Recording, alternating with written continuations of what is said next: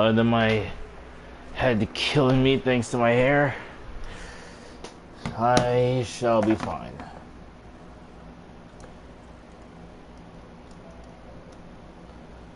My word of it.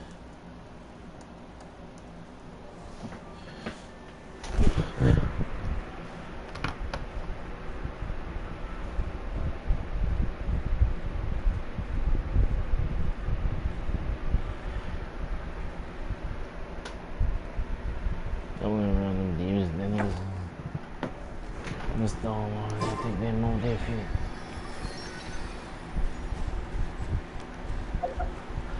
So the agenda is today, let's go take those those photos, and then might actually go do Farina's Archon, Farina's story quest, if it isn't that long. Electro, Inazuma, say less.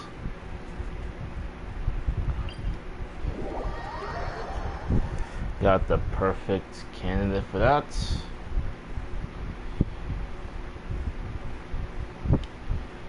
Let's see here.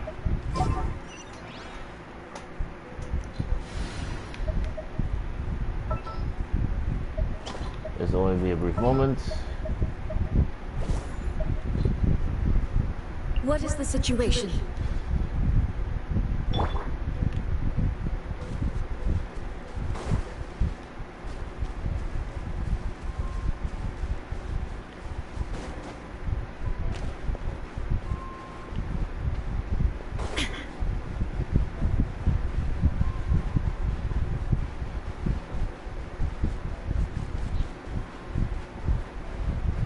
There is no escape.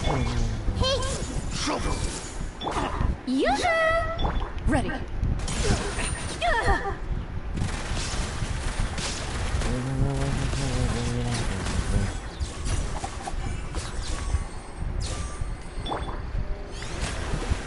Alright, can you just do this?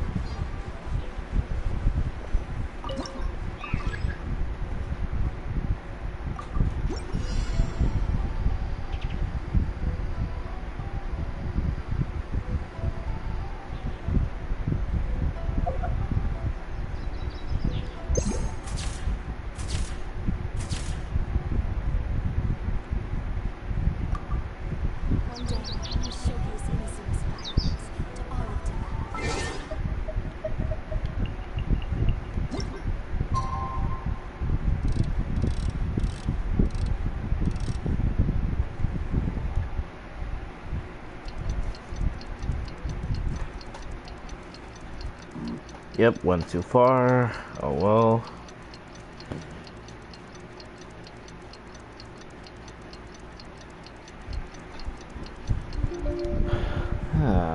Oh well.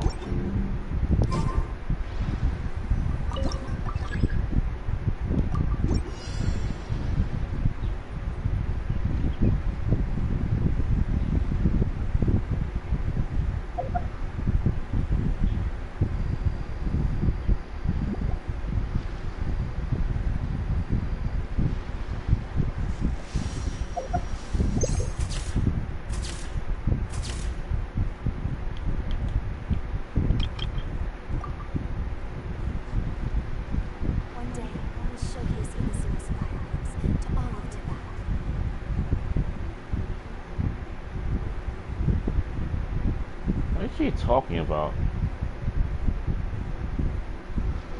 The world remains constant over the centuries, but human life is like the dew at dawn, or a bubble rising through water. Transitory. Yep, I haven't got the slightest clue what you're blabbing about. Animal, catalyst, walking or running.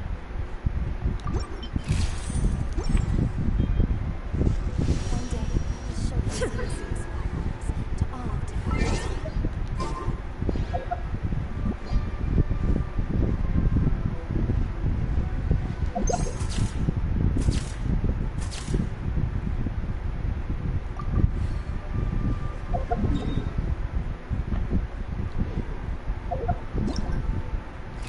Alright, let me see what this is about.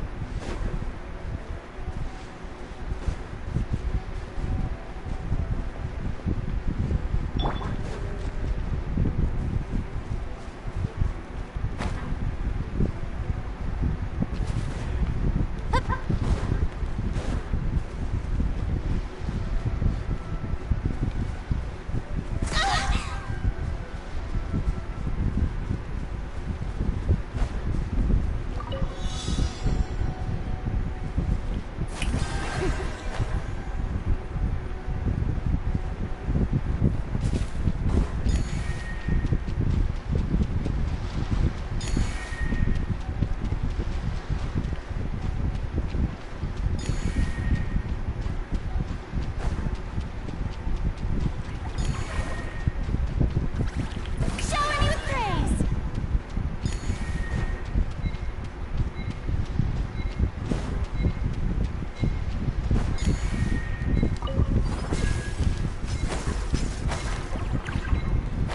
Fuck.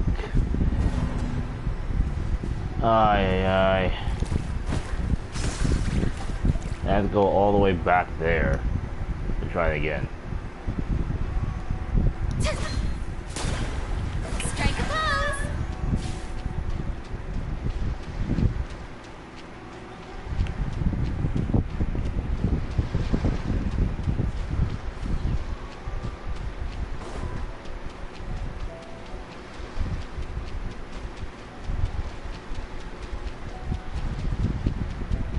Shower me with praise!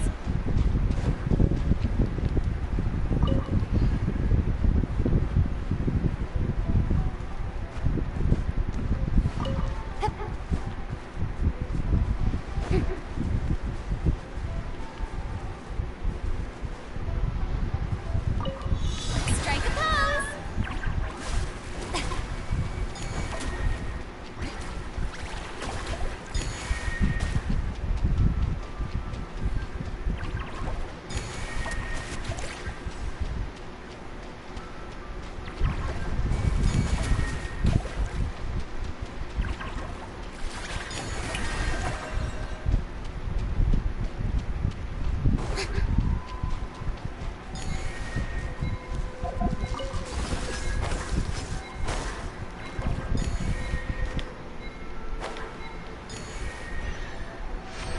There we go.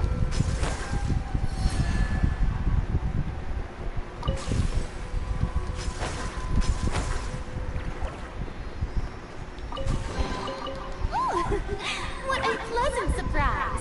Truly an extra slice of joy.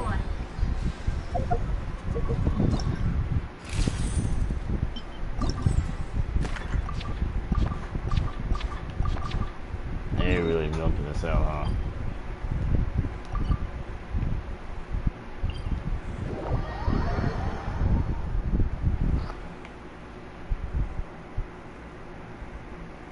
Top 5.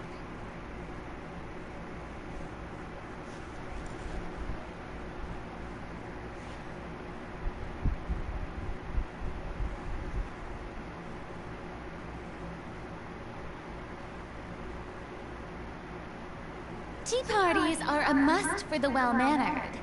If you'd like to learn the proper etiquette, I'd be happy to teach you. Last photo set for now.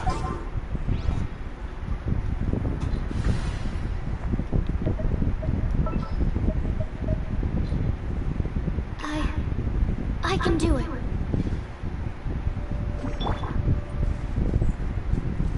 Try your best, at least. Try your best. No, no, no, no, no, no, no, no, no, no, no, no, no.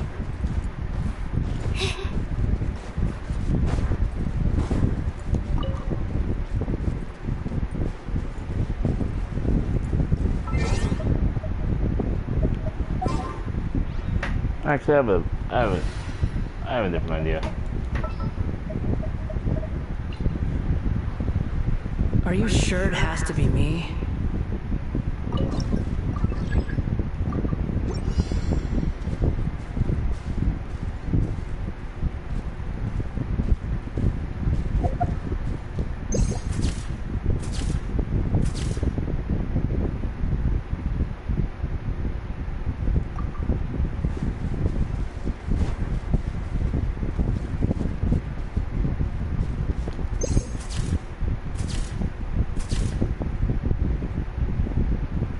Oh, good.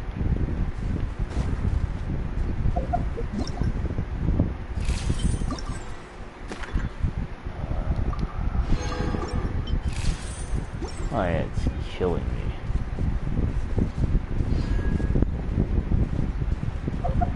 I'll just stick to the original plan.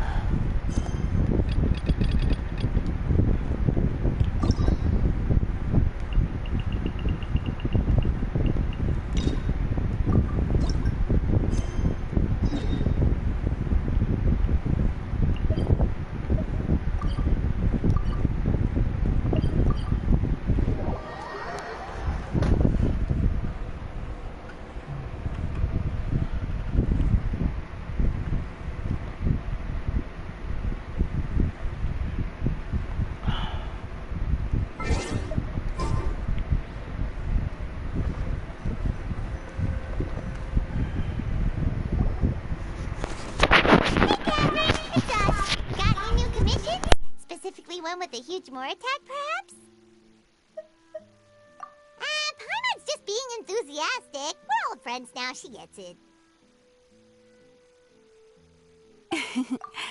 It's always a pleasure to see our two most avid adventurers again. Looking for the next challenge, I see. Actually, we do in fact have a rather urgent commission that is still open. Having read the details, however, I don't believe you'd consider it to be lucrative. Don't worry about that. We were just kidding. So what's the situation? To put it simply, the requester is looking for a temporary replacement actress for their musical. The original cast member ran into some issues and is currently unable to perform the role. But the troupe has also been experiencing some financial difficulties, so unfortunately they cannot afford to pay the replacement actress. That does sound like a tricky situation. So basically they're looking for a volunteer? That's right. Our adventurers reached out to many actresses, but none of them were willing to take the job. There are only a few days left until the performance. If they can't find someone in time, they'll probably have to postpone the show. And delays tend to create all sorts of new problems. Got it. Oh, this one's a doozy. What do you think, Traveler? Any ideas? Even if we took the commission, neither of us have any experience starring in musicals. If you're interested in helping, why not start by having a chat with the requester? He's right over there. Maybe you can't fill the role yourselves, but you might be able to help him figure out another solution. Maybe there's something he hasn't thought of. Oh, it's that guy, huh? No wonder, he looks like he just ate a sour lemon. Paimon approves, let's go! Hello there, are you the guy looking for a new actress? Wait, I know you two! Are you really willing to act in my musical? Wow, sounds like we're pretty famous in Fontaine already. But to answer your question, neither of us have any experience in musicals. But we heard that you're in a bit of a bind, so we figured we could at least try to help you think of a solution. Ah, I see. It's okay. I knew that asking for a volunteer was a long shot. If we can't find someone to step in, we'll have no choice but to cancel the show. It would be such a shame. That's the thing. We're not some high-profile theater troupe, just a group of amateur enthusiasts. All our sets and props are very crude. We're grateful enough just to get an audience, never mind ticket fees. If we had a way to make this profitable, things might have turned out differently. But now, it looks inevitable that we'll disband. Disband? You're splitting up the troupe? Oh, I guess the lady at the Adventurers Guild didn't tell you? Yeah, this is supposed to be our final show together as a troupe. One last show. And after that, we go our separate ways. So we were really hoping to end on a high note. Nobody wants things to just fizzle out. Not after all the time and effort we've invested into it. Yeah, the leading lady, in fact. She's been dealing with a chronic illness ever since childhood, and unfortunately, it flared up again recently. It really drains all her energy, so she's in no state to perform. The show just won't be the same without her. But for everyone else's sake, I still hope we can find a way to hold the performance on schedule. Got it. We have a clearer picture now. Let's see if we can come up with any ideas. What if we sponsored the show? Traveler, how much more are you carrying? Please, there's no need to go that far. I wouldn't feel right asking such a huge favor, and I can't promise that we'd ever be able to pay you back. Good point. If the actress just goes through the motions for the Mora, that's not exactly rescuing the show. We should find someone who will put on the best performance possible. Oh, wait! What about... you know who? That's how you know we're the best of partners. Anyway, she should have all the free time in the world right now. She's really good at performing, and she was once super popular with the crowd. Performing in a musical should be a piece of cake for her. Who are you thinking of? Sounds like someone famous. Her? You're... That was a joke, right? Nope. Paimon doesn't actually know if she's performed on stage before, but Paimon's pretty confident that she'd be really good at it. You're not wrong there. She has actually performed in a number of big-name shows before. They were one of the reasons she was so popular. But even if she's no longer the Hydro Archon, it's not like she's suddenly a commoner. She's still an idol to many people in Fontaine, including myself. I just think Lady Farina might feel a bit out of place in an amateur troupe like ours. Well, yes, but... Fair enough. I mean, if she was actually willing to, then of course I'd be honored to have Lady Farina star in our show. I'm sure the rest of the troupe would be delighted too. I'm sure everyone in our troupe has probably dreamt of performing on stage with her one day. Of course, it all depends on whether she's interested. She might consider this opportunity beneath her. No point in stressing about that. We'll only know if we ask her. And besides, things are different now. There's no reason for her to be all high and mighty anymore. Thank you for your help. I guess I'll just stay here and wait for the good news. Good luck. Wait, where does Farina actually live nowadays? She used to live in luxury at the Palais Mermonia, but she's, moved out, right? As it happens, I have her current address here. I can provide it to you. Woo! When did you get here? I came over when things were starting to sound more promising. I thought I should be at the ready in case my assistance is needed. It is my duty to support commissioners in any way I can. Thank you, ma'am. Thank you so much. Well, now that we've got the address, we'll go find Farina. Back in a jiffy.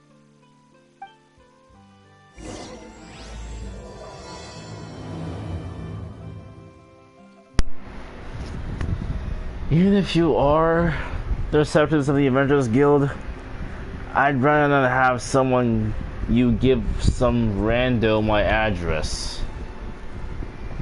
I don't care if they're associated with me or not.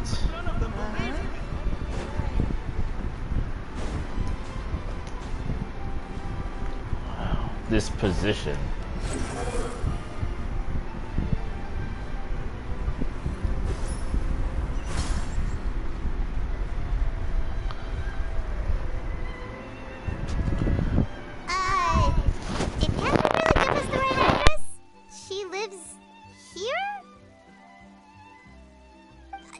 that there's anything wrong with this place. It's just, a bit of a step down from the Palais Marmonia. You know, it's common courtesy to make sure the homeowner isn't in earshot when you're denigrating their abode. Ah! Okay, when did Poppy Got a Thin Air become all the rage? First Catherine and now you? I was just out on a shopping trip. I ran out of macaroni, so I went to grab a few more bags. I used to have a much wider range of choices when it came to food, but now I'm finding that simple, traditional home cooking can be quite delicious too. Not at all. As long as you have different kinds of sauces in, you can have macaroni and tomato sauce one week, macaroni and bolognese the next. Oh, sounds like you're really struggling to cope. Ouch. How rude! Questioning my cooking skills. The audacity! It's not like I have a very eventful life these days. Actually, I barely leave the house. So I don't see how it's unusual that my meals are a little simpler now, too. Besides, I'm sure I could master dishes like la lettre faucilor or blubber profiteroles in no time, if I felt so inclined. Ah, there it is. You don't know how to cook. Not yet, maybe, but... Anyway, what are you even doing here? I do hope you didn't come here just to ogle at my fall from grace. Let me first be clear that I'm not taking guests at this time. So if you're just here to clown around, then please be on your way. Shoo! Sorry! We're sorry! Please don't be mad!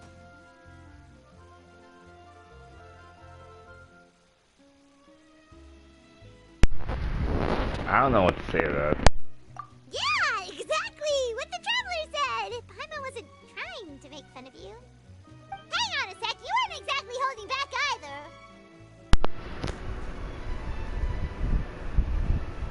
Why don't I believe you?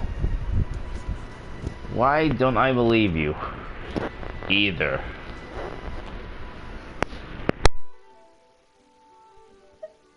My help? Well, maybe you're forgetting that I'm no longer the mighty Hydro Archon. I don't even have a vision, you know.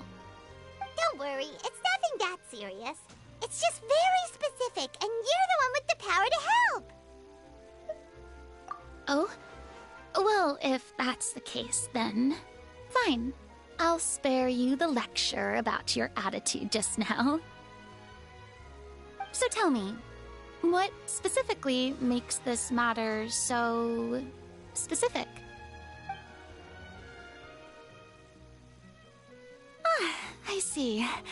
I knew you couldn't have come all this way just to amuse yourselves at my expense. After all, I was once the brightest star in all of Fontaine, well-versed in all the various performing arts. A mere musical is well within my capabilities.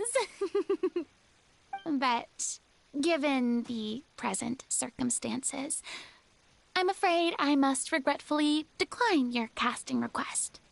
How come? It sounds like this would be a breeze for you. True, but I have made a decision to retire from the stage. Although I am no longer required to play the role of the Hydro Archon, the time I spent inhabiting that character has left an indelible mark on me. Centuries of pretending to be a different person changes you completely. I'm not the same person I once was. Of course, that can't be undone now. It's too late, and I have no intention of reinventing myself all over again. But at least I can say that I no longer desire to play any new roles. Paimon can understand, but this is just a one-off part to fill in for someone who's sick. Surely that's okay.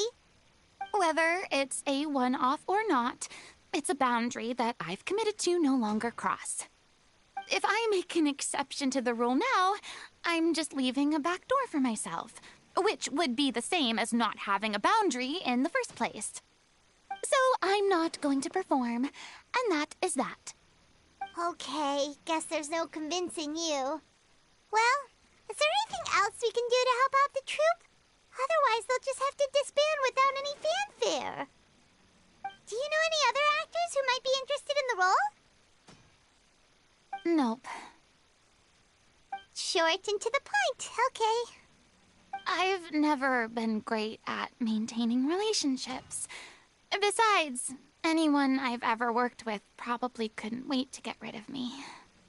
Since I'm just an ordinary person now, they'll probably just laugh in my face if I go asking them for help.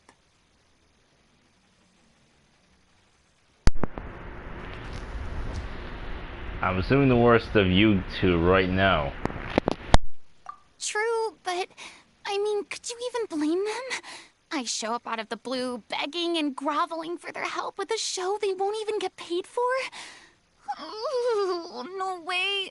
I'm dying from embarrassment just thinking about it. Nope, not happening. Well, is there anything else we can do? This performance really means a lot to the guy we're working for. Have I not made myself clear? You're barking up the wrong tree. I don't want this job, nor do I know of anyone else who would. Sorry. I didn't mean for that to sound so harsh. I wish I could help, really. But if I thought I had the answer to this problem, I would have said so by now. It's all right, Farina. Paimon just wanted to make sure we tried everything. Oh, everyone in the troupe will be so disappointed. Yeah, I guess that's all we can do now. All right, then. We'll see you around, Farina. Toodaloo to you, too. I'm going home to take a rest now.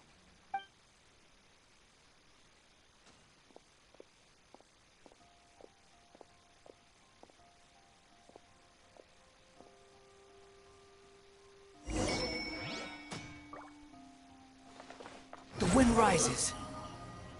It's too bad, but we have to respect Farina's decision.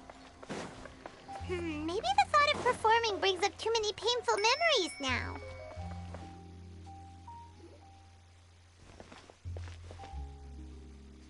Huh? What's going on? Are they arguing?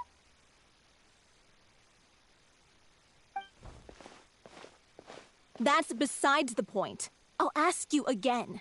Why did you start looking for a replacement without my consent? When did I tell you I'm going to take a step back?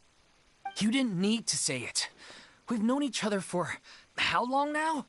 We know the signs. But you never tell us about your illness, even when it's clearly flaring up. And that gives you the right to make a decision on my behalf?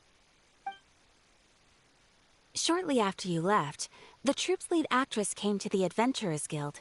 She believes that she's healthy enough to perform.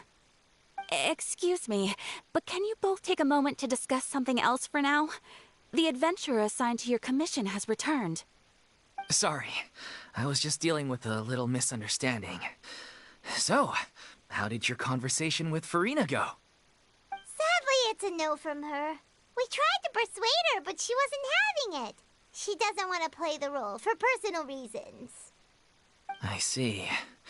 Well, circumstances have changed a little, so maybe that's not such bad news after all. You see, our leading lady has just informed me that she's well enough to make it to the show after all. Staging the musical with the full original cast was always the dream, of course. Oh, right! Sounds like everything worked itself out then.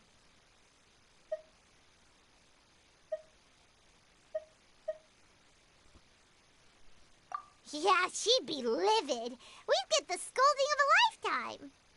Jeez, is Lady Farina really so harsh with people? Only joking, calm down.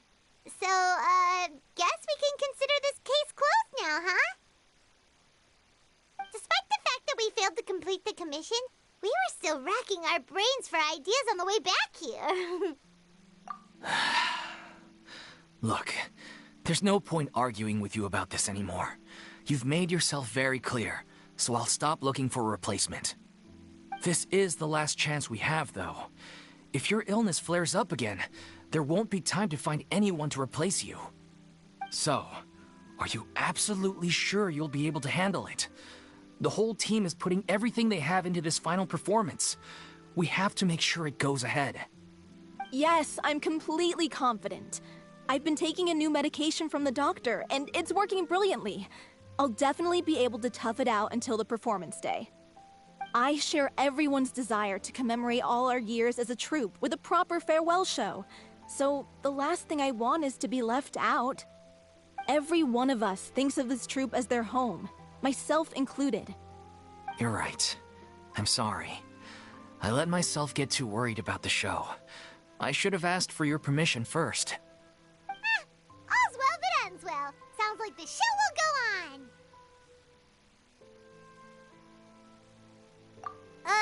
Sure.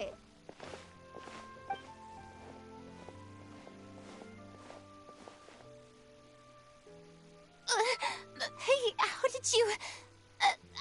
I was just passing by because I realized I forgot a couple of items on my shopping list. All right, I'm coming. No need to drag me.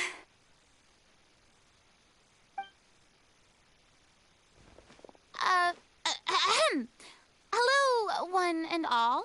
I couldn't help but overhear your conversation just now. Farina?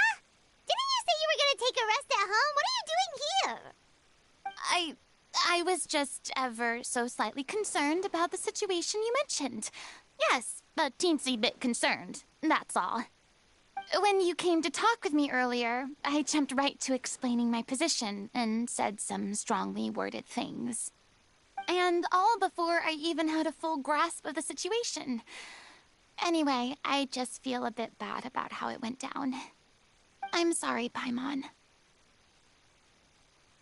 Oh, it's totally fine. Paimon didn't take any of that personally. You owe her an apology too, you know. Struggling to cope? Oh, so you can't cook. You kinda owe her an apology too. Paimon. You really have a knack for asking the most uncomfortable questions, don't you? I felt very sheepish, having had a change of heart after flatly refusing you. And then, to make matters worse, you caught me. But in any case, it sounds like the issue has already been resolved. Yeah. When they said they were gonna ask for your help, I almost had a heart attack. I mean, how could we be worthy of having Lady Farina star in our show? There's no need to think like that. And no need to keep addressing me as Lady. Just Farina is fine. I was wondering, if this troupe is so important to all of you, why does it have to disband? If the difficulties are purely financial, then there must be a solution.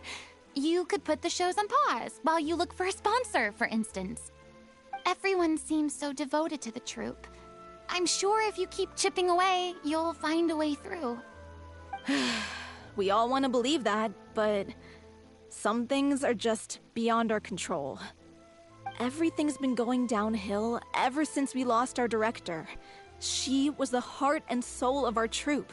She kept us going. Her name was O'Reilly, and she was the founder as well as the artistic director of our troupe. And tragically, she was a victim in this serial disappearances case. What? That's actually how I recognized these two. It was all thanks to their efforts that the true culprit was brought to justice.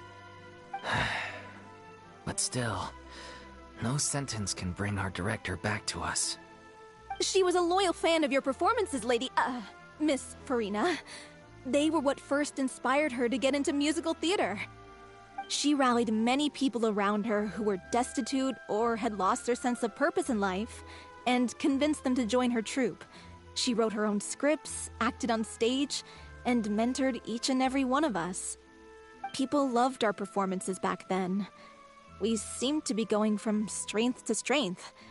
Things were really looking up for us. And then disaster struck. Yeah. After that, The entire troupe fell into disarray. None of us know anything about script writing, let alone how to handle the business side of things. We've been doing the best we can, but despite our efforts, things are slowly but surely falling apart. It's agonizing, but ultimately, we'd rather end things now on our own terms than stick it out to the bitter end and watch all our dreams turn to dust. Oh. What a terrible waste. A gifted artist from humble beginnings who achieved so much and no doubt had much more to give. And then her life was so cruelly taken. I suppose it's fair to say then that this final show, besides being your farewell to the stage, is also your final gift for her? Yes, exactly. We all miss her terribly. Well, good thing I followed the traveler here. After hearing this tragic tale, I can no longer stand by and do nothing. Farina. I know what you're thinking, but I by no means plan to cross the boundary I've set for myself. Besides, they're no longer looking for a replacement anyway. I can, however, provide some artistic guidance from the vantage point of a highly experienced audience member. But only if you feel this is something that would help, of course. Oh, most definitely. We'll take any guidance that you can give. We unfortunately don't have any budget for a consultant, though. Will that be a problem? I don't need any compensation. All I'd ask in return, if you're willing, is that you tell me some more about the life and work of your late director. Something I've begun to realize since my departure from the Opera Epiclese is that there's a lot you don't see when you observe everything from on high. The law only judges criminal behavior and does not weigh human emotion. The court's verdict can settle the question of criminal liability, but what about all the unresolved emotions of the parties involved? What happens to them?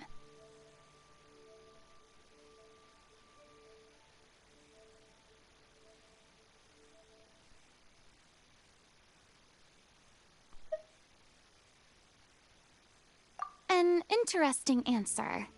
But if you ask me, I think all emotion shall ultimately return home to the heart and slowly settle with the passage of time. Take, par exemple, how this troupe pines for their late director. Things such as this I have never witnessed before, and so I should like to observe, perchance to understand. Huh. Still a fan of your old dramatic monologues then, huh? You just want to get back in on the action, don't you? Child, shut up. Can you shut up, Paimon? No. This is a completely different situation. Pearls before swine. Ah, the name's not Swine, it's Paimon! Would you be willing to join me? Come on, take a break from adventuring to listen to a story.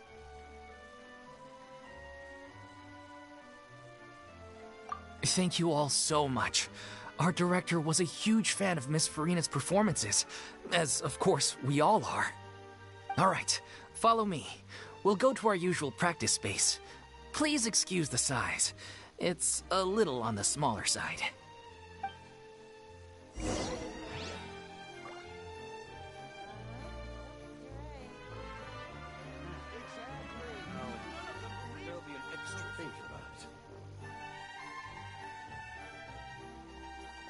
There's no need to exchange pleasantries.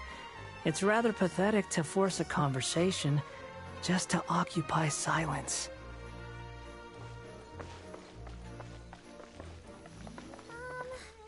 Can we play banker next time?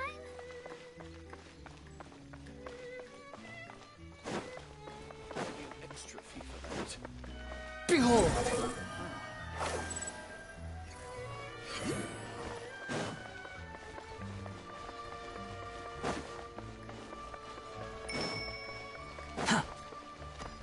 Squall and fury!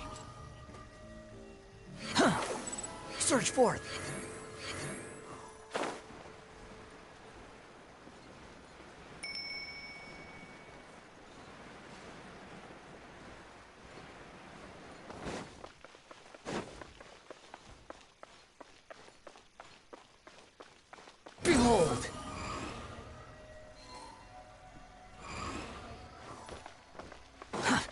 too slow. The wind rises.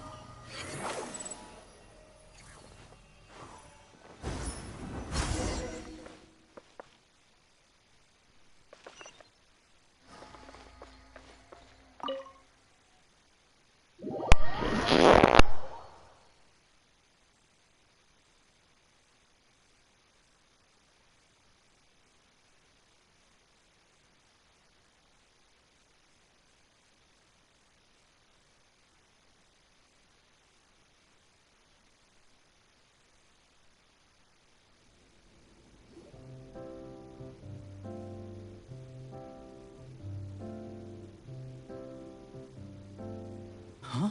Lady Farina? What's Lady Farina doing here? Hello all. Allow me to explain. As of today, Miss Farina will be supporting our production of The Little Oceanid in the role of artistic consultant. These two over here are the ones that made it possible. They kindly reached out to Miss Farina on our behalf. I'm sure they need no introduction. You bet! That was the trial of the century! You helped bring our director's murderer to justice. We can't thank you enough. Oh, please don't mention it. We're just here to join in on the fun. So, you were saying The Little Oceanid? Yeah, that's the name of our final show. It's an unfinished script left behind by our director. One of our greatest regrets is that she never got to complete it. So, if we can bring it to the stage and make it a successful show, we can all take some solace in that. Wait, but if it's not finished, then... Yeah, we've been battling issues on every front trying to realize this dream. Anyway, let me give you a quick summary of what the story's all about. The protagonist of the story is a young Oceanid who transforms herself into human form, despite the protests of her family. She longed to live just like any other human. And sure enough, she found friendship and even love. Everything seemed perfect. But one day, her true identity was exposed, and her world came crashing down around her. So far, so good. A classic tale. What happened after that? That's one of the issues we've been trying to deal with. Unfortunately, this was as far as the director got with her script. We need a proper ending so we can bring this musical to the stage. But people have different opinions on which direction to take it in. We still haven't decided between a happy ending or a true-to-life tragedy. By true to life, you mean the director's sudden disappearance? Yeah, like they say, truth is stranger than fiction. But then there's the question of whether we really want to use the stage to pass our raw pain onto the audience. Exactly. A lot of the time, people come to watch a show just hoping for some light entertainment. We have to consider their emotional stake in this, not just our own. And one last thing. We're still waiting on confirmation from two of our main actors. The first is Paulo, who plays the protagonist's lover. He's locked himself away to focus on writing an ending for the script. But the deadline's passed, and we still haven't heard from him. The other is Villemont, who plays the main antagonist. He took the director's death pretty hard. Hasn't set foot in the city since. He did write to us, promising that he'll be there for the final performance, but we haven't seen or heard from him since. So we're not really sure what to make of that. Although, now that we have Miss Farina helping us, maybe we should take the opportunity to get everyone back together. What opportunity? What do you mean? Maybe you're unaware, but your name has always been like a rallying cry for us. Our director was constantly singing your praises. All of us look up to you as a role model. Oh, stop! You're making me all flustered. Although, not in a bad way. I suspect the reason they're dragging their feet is that they have their doubts about whether the show will really go ahead, considering all the issues you've been facing. But one by one, all the obstacles are being removed. Now is the time to rally the troops. Makes sense. Okay, priority number 1, let's check in with Paulo and see where he's at with the ending. He went back to Poisson a few days ago. Said that staying in a friend's home might help him to relax and escape the feeling of isolation. I thought the last thing his friend would want right now would be to take visitors, given that Poisson was flooded not too long ago. But I guess it's the opposite. A friend in need and all that. Yeah, maybe he could use some company. Poisson? Nothing. I suppose my presence will be indispensable if we are to restore his faith in the show. So, allons-y. To Poisson!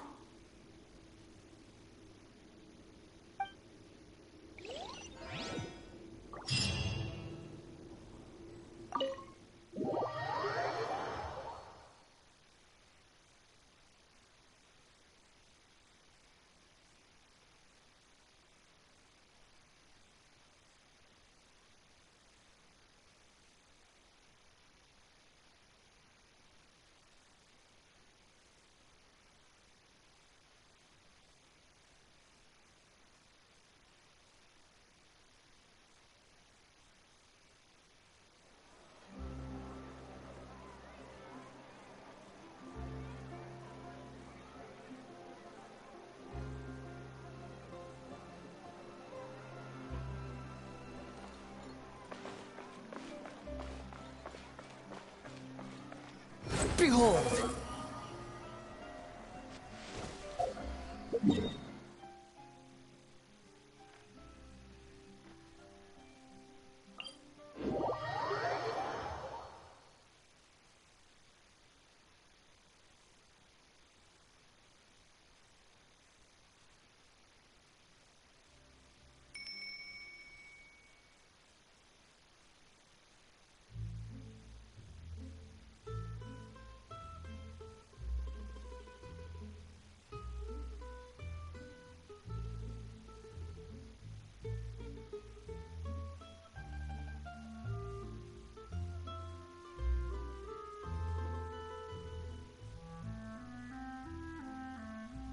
Squall and Fury.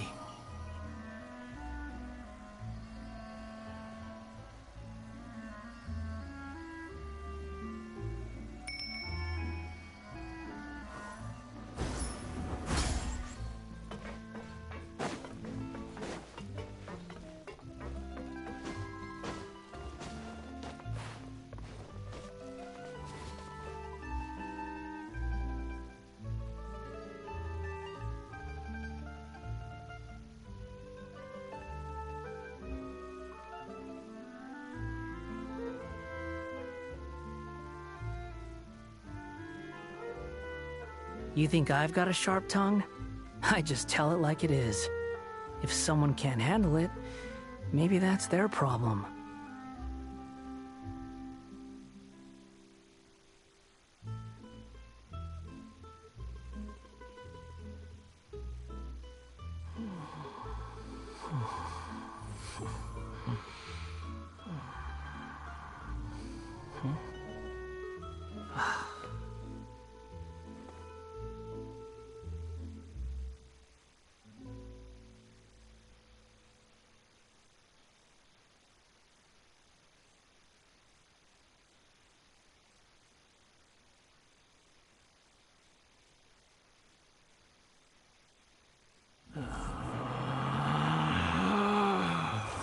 Relax.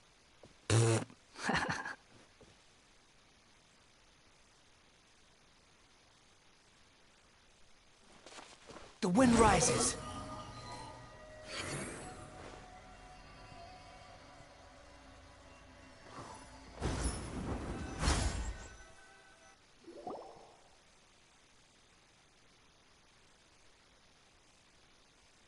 If I remember correctly, this is where he's staying. Who is it? It's me. Is the script ready? You came all the way here for that? Alright. Forget that for now. Just come on out. We've got some great news. Nice try. Look, just give me some time, okay? I'm just wrapping up this last part of the script. I'll be out once I'm done. Okay then. Looking forward to your masterpiece. So, as expected, he's missed the deadline.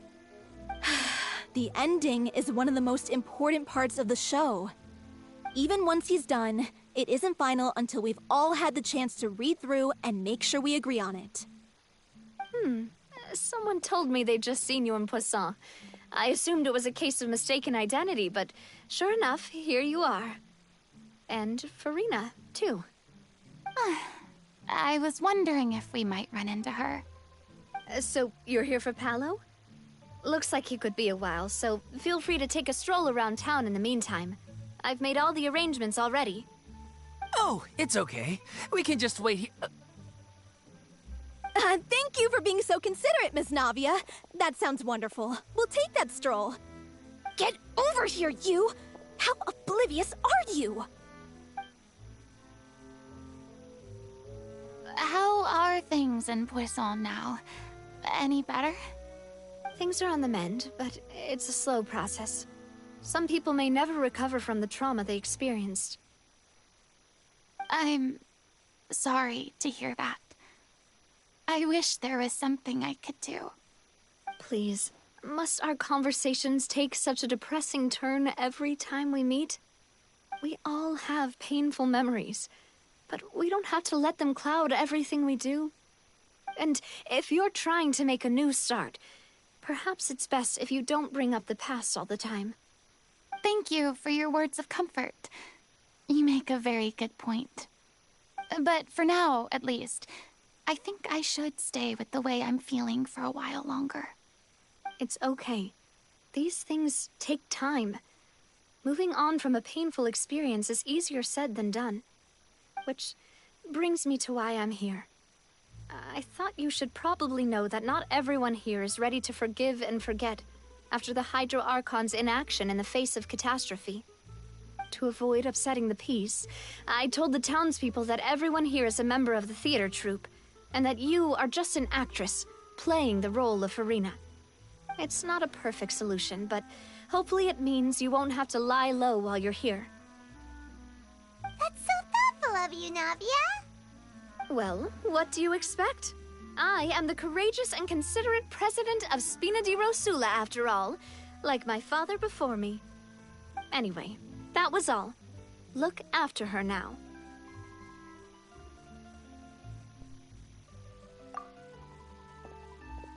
Off we go then. Let's take a look up there. I don't have any friends that I can be frank and honest with, so maybe she's right. You're the closest thing to friends that I have.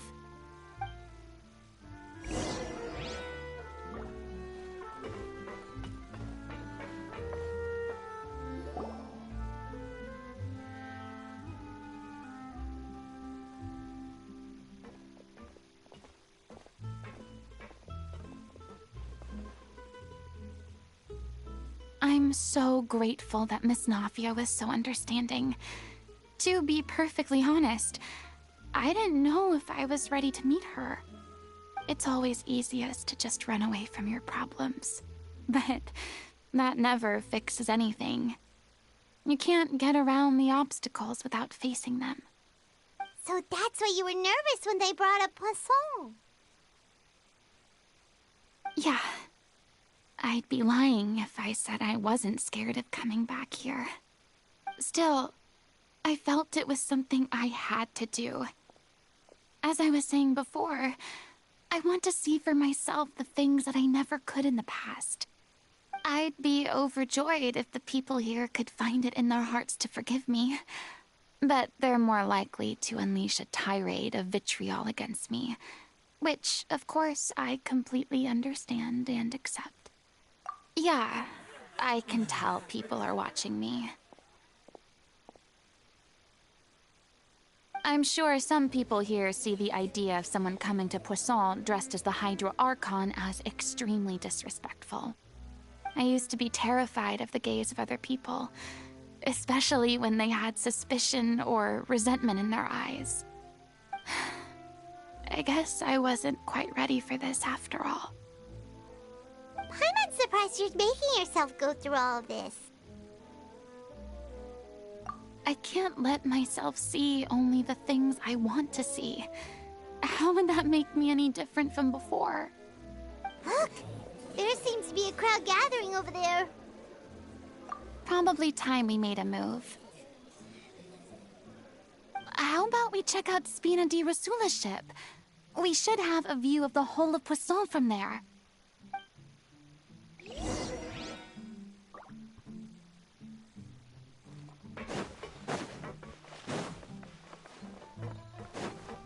Behold!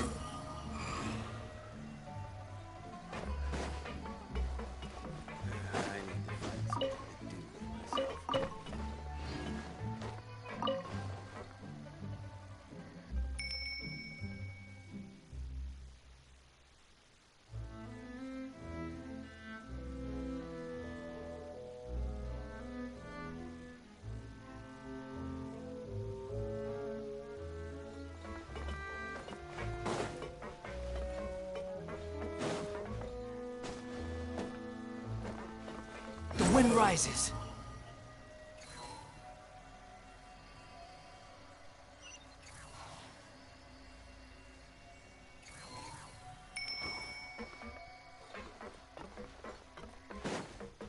Huh. Behold!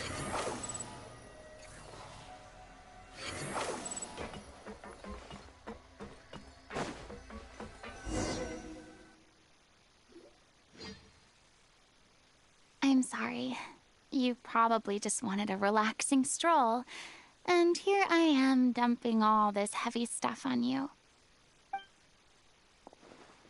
We don't mind. It's actually refreshing to see a different side of you. Great. Well, I appreciate your company, so please don't disappear just yet. I don't know whether you can tell, but the years of suffering and loneliness aren't the only reason I have a hard time facing up to who I used to be. As I stand here by the ship, I can't get the images of the rising water out of my mind. One after another, people were taken by the water. All those treasured lives and memories washed out of existence in an instant. They thought their god would protect them. They had absolute faith that when disaster struck, a divine power would save them from harm. And all the while, I played my part to perfection to convince them that was true. But then the floodwaters finally came, and the Hydro Archon did nothing. You shouldn't look at it like that. You're only doing your duty. I've had to go through so many moments like that for the sake of protecting the truth. As time went on, it got harder and harder to bear, and I became more lonely and isolated. Eventually, I realized I had nothing left except the truth. I became terrified of completely failing in my task, and was haunted by the thought of being left all alone, weeping on my throne. Fortunately, we were able to avoid the worst-case scenario thanks to the help of heroic individuals such as yourselves. Everyone rose to their responsibilities, and I finally regained my freedom. But on some level, freedom also means no longer being needed. I have no further use to people. Paimon would have never imagined you'd see it that way. A reward? I guess so. Back then, I didn't even dare to dream about having someone to confide in.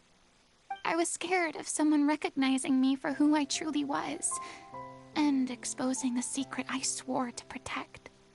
Believe in the Farina you see on stage. She is the one you can trust.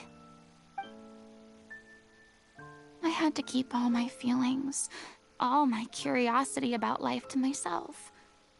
No one could be allowed to know.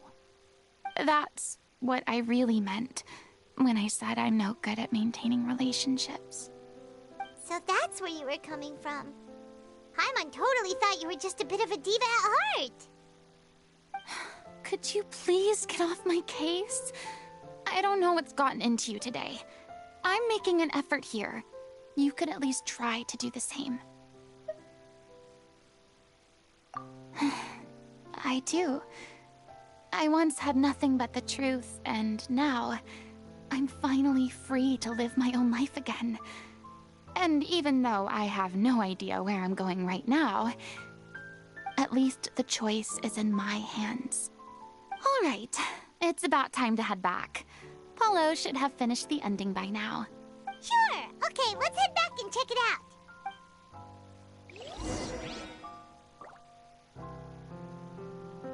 Squall and Fury.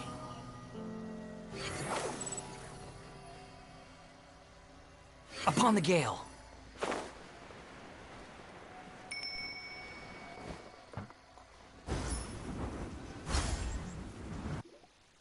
Didn't you say you needed to watch what you eat? You're supposed to be cutting down on fried foods, not wolfing down copious quantities of fish and chips, you know? Come on. It's not every day we get to dine at Spina di Rosula's expense. Can you believe how generous she is? I'm not about to pass on free food. Anyway, my character doesn't need to be slim and good-looking. That's your job. Are you kidding me right now? It's not your character's health I'm worried about, it's yours. I've spent my whole life battling the effects of ill health, and it kills me to watch you willingly ruin yours by filling yourself up with junk all the time. Oh no, looks like they're arguing again.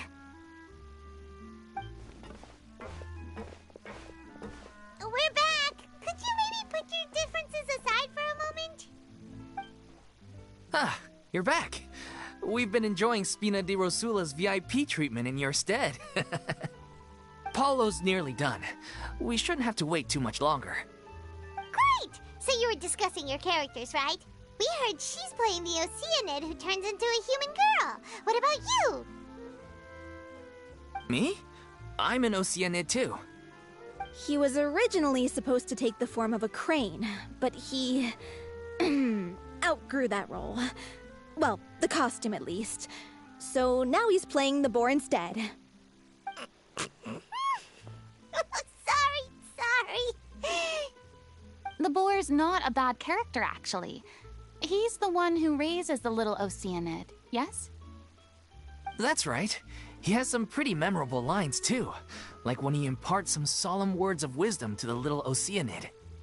If you become human, you can reveal your secret to no one. You will face suffering and loneliness. Is this truly what you want? Wait, that sounds kind of familiar. It's the most important line in the whole script. I think it's a symbolic statement about our director's life and legacy. She kept quiet about all the trials and tribulations she faced in running our troupe, allowing us to devote ourselves fully to performing. It was only after she was gone that we realized how tough her job really was. You mentioned earlier that the troupe is like your home. Yeah. I was born with an incurable illness, and once my family found out it couldn't be treated, they decided they didn't want me anymore. I spent some years taking whatever work I could find and trying to manage my illness with various medicines. But whenever I had a bad flare-up, I'd be lying in an alleyway for days at a time. It was like that until the director found me one day. She told me I had a great voice and asked if I was interested in studying singing from her. I said yes. She took me under her wing, taught me to both sing and act, helped me find Mora for my meds, took care of me when my condition decided to flare up. I know it was all a huge burden on her. She sounds like a really incredible person. She really was. She gave everything she had to her troupe and the people in it. All of us were so proud to call her our director. I was a lost child too when she found me. As the child of a murderer, my parents weren't around when I was little, so I got sent to an orphanage. The other kids were always picking fights with me. They'd say things like, "Come on, you must be pretty tough if you're the son of a murderer." It was just to taunt me, though. I was an easy target, and they knew it. One day, I got beaten up so bad that I just couldn't take it anymore, so I ran away. I lost all faith in humanity by that point. Thought the whole world was out to get me. Let me guess. Fortunately, the next person you ran into was the director. Yeah. For the first time in my life, I was somewhere I felt safe. And I promised myself I'd stay here until the day the group parted ways. The day you hoped would never come. How times change. Oh, you're finally done? Get your butt over here. There's someone I need to introduce you to. This is our new artistic consultant, Miss Farina. Farina? The Farina? Oh my god, how did you manage to wrangle that? Please, the honor is all mine. I was profoundly moved to hear about your troupe and your wonderful director. I just wanted to do something to help. Same here. Even so, this is just... Oh, wow. I'm sorry. I'll try to calm down. Now, where was I? Ah, yes, the script, of course. Let me give you a rundown of how the story unfolds in my version of the script. I'm sure you're already familiar with the beginning of the story. A little Oceanid decides she wants to become a human, against the wishes of her family. She finds love and friendship in the bustling city. But then, disaster strikes. The people start to notice that all the fresh water in the surrounding area is slowly disappearing. The soil is becoming arid, plants and flowers are withering, and the people begin to panic. The little Oceanid, Cleo, and her lover decide to do something about it, and investigate the truth of the matter together. In the end, they discover that all the waste and pollution created by humans over the years has caused the fresh water to flee the land, as if driven by a consciousness of its own. Consciousness? You mean the water is sentient? Water as a conscious entity. There's actually quite a few stories that explore this theme. Since the little Oceanid is a water spirit, she immediately understands how the water is feeling.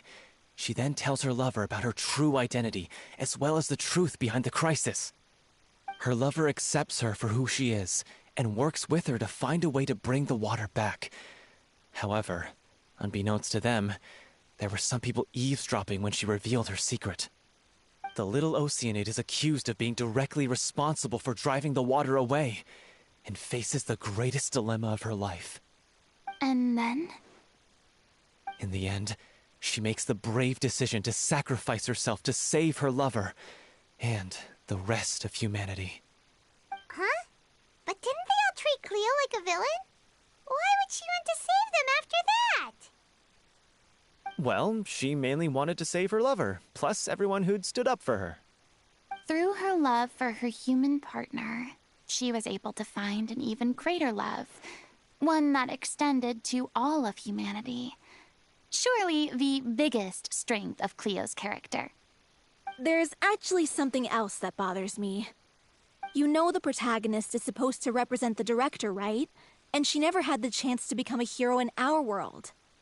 If we're serious about dedicating this show to her memory, we should make the ending as true to life as possible.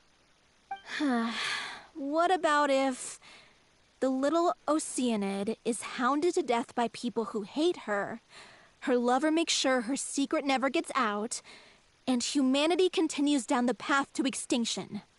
That sounds like too cruel of an ending to me. And perhaps a little irresponsible to present to the audience. That ending would be a perfect mirror to Director Aureli's death, both arbitrary and meaningless. On the day when she went missing, Director Aurelie had instructed us all, somewhat out of the blue, to leave the court of Fontaine and wait for her outside the city. We waited and waited at the rendezvous point, but she never came. By the time we returned to the city, she disappeared without a trace. We looked for her. The Gardamex looked for her, but she was nowhere to be found. Increasingly, all the signs seemed to point to her being the latest victim in the serial disappearances case. The director was the kindest soul in the world. Yet she was senselessly sacrificed for the sake of a so-called experiment by someone who had nothing to do with her at all. But doesn't the way she suddenly told you to leave the city suggest that maybe she had some sense of what was about to happen? It almost seems as if she was moving you to safety. I've been trying to follow up on that ever since, but all my efforts so far have turned up nothing. Villemont might know something, but he won't open up to me. Villemont? The one who's playing the role of the villain? Yeah. He's been overwhelmed by grief. I think the director's death hit him hardest of all. Grief? Guilt, more like. Also, I have a hard time imagining that anyone took it harder than me. Because, well, speaking of the play being true to life, I was deeply, madly in love with Aurelie. What? You kept that one quiet. It's time to be upfront with you all. No more keeping secrets from each other. We'll never be able to agree on the ending if we can't be honest about how we feel. I did tell her how I felt once, but she turned me down pretty much straight away. She said that we were all like brothers and sisters to her, and she'd never considered us as potential romantic partners. Not that it came as a shock or anything. It was what I was expecting to hear. So I told her I'd always be there for the troupe, and I'd always be there for her.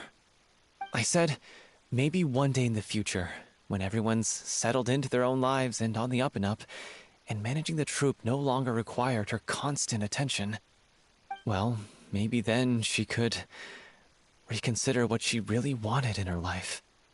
And now, that day will never come. Oh, Paulo. So if I'm the one writing this ending, then I'm gonna make sure it does right by Aurelie. I won't let anyone get in the way of that. In that case, you have to straighten things out with Villemont once and for all, face to face. We've all had our differences of opinion over the ending, but those two have never seen eye to eye on anything. One of them has to compromise if we're ever going to reach a final decision. Well, if that's where we're at, looks like it's time to go visit Villemont. Are you ready to face the truth? Honestly, I'm slightly terrified. But for the sake of our final performance, I'll do whatever it takes. Funny you should ask, though. You really do get what I'm going through right now. I certainly do. Come on, everyone. Allons-y!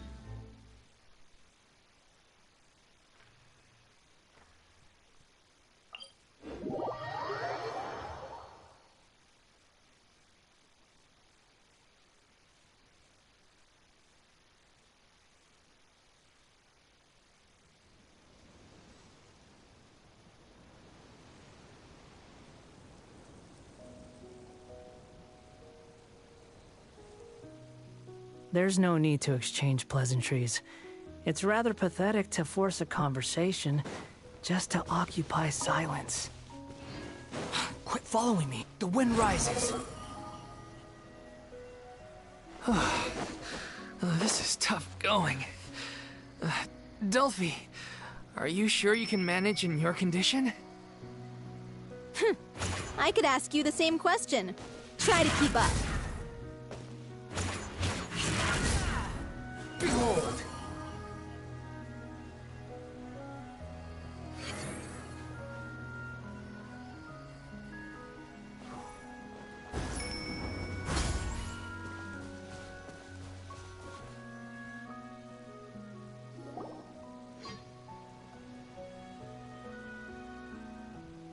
Ugh, as if this journey wasn't tough enough already without a roadblock. Don't worry. We should all be fine with the traveler here. We don't need to take a detour. Wait, why are you all looking at me? You're not seriously expecting me to fight, are you? We're just curious, that's all. I don't think anyone's ever seen Farina in a fight before. Yeah, but don't you remember why? The Hydro Archon willingly gave up all her power so it could be converted into indemnitium. Miss Farina said so herself. Precisely. And I'm not even the Hydro Archon anymore, so all my power is gone anyway. As much as it pains me, unfortunately, I should just stay put. I'm more like a damsel in distress more than anything.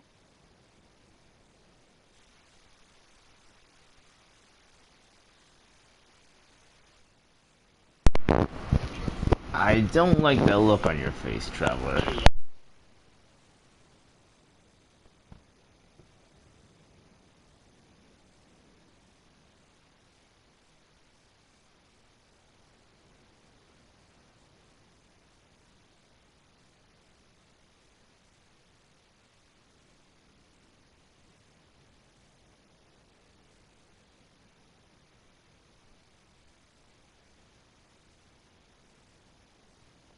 That sounded so smug. Ugh, secondhand embarrassment is unbearable.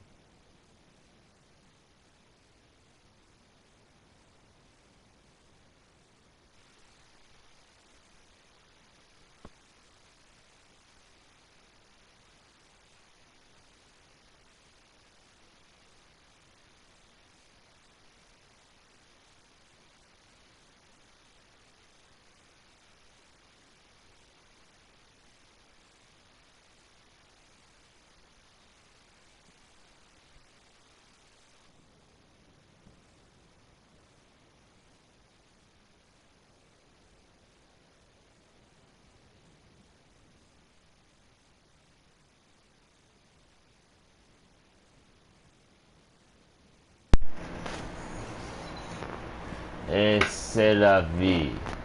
Okay. Et c'est la vie. C'est la vie indeed. Alas, I am forced to watch on helplessly as a more brave and seasoned adventurer than I swoops in to save the day.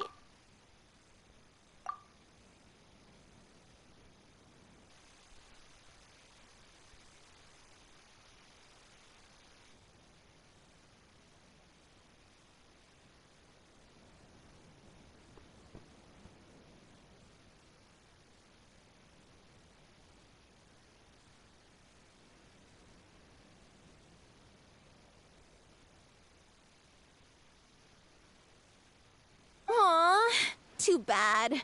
I was so pumped to feast my eyes on fight mode Farina. Sorry to leave all the heavy lifting to you. Don't worry, piece of cake.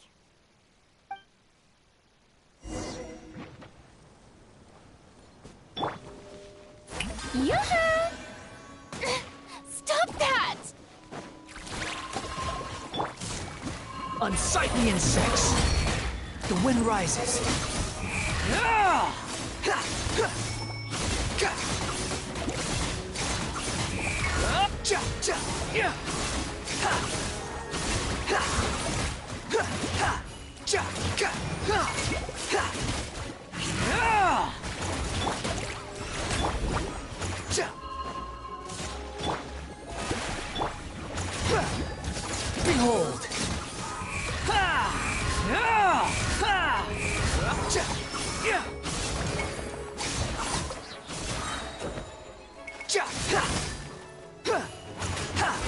wretched vermin!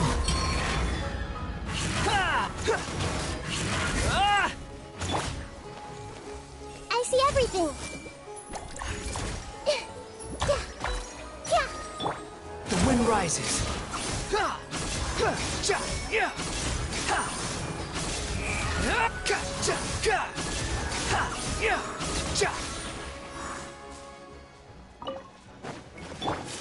Everyone hold hands.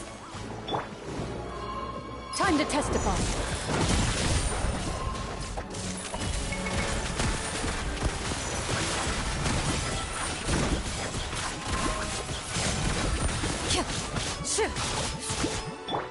Squall and Fury. Okay, I think I'm fine now. Bow your head. Bravo! Good show! You certainly live up to your reputation.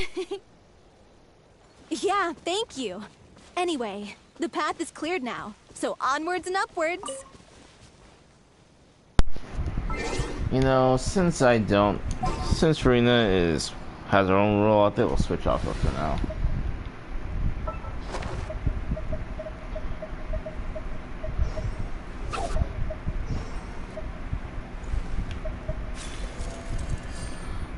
Who's our target this time?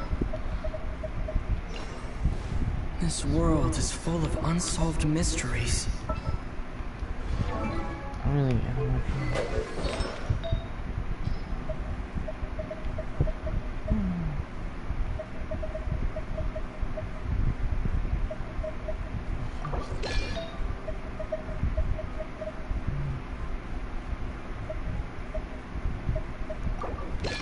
I'll be borrowing this. And this.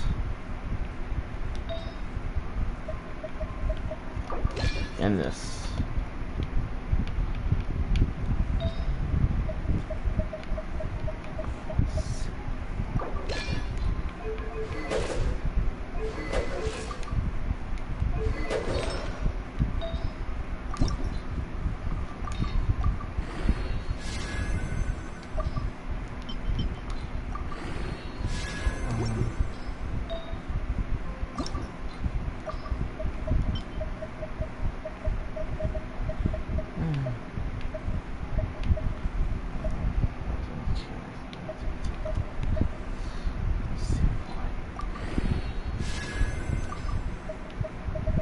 This is embarrassing.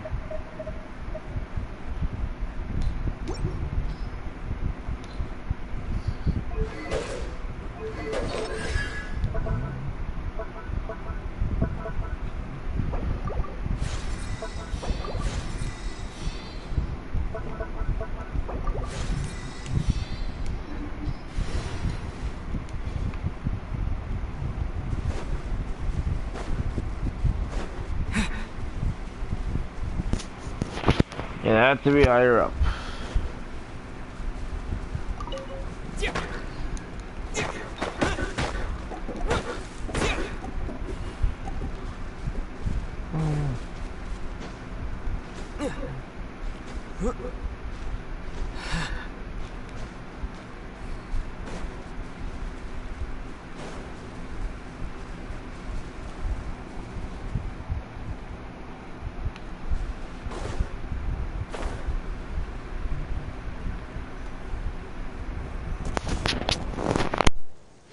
Vilma, are you there? Huh? Oh, it's you guys. Wait, what's Lady Farina doing here? I can explain. We've been rounding up the whole troop. We now have everyone except you.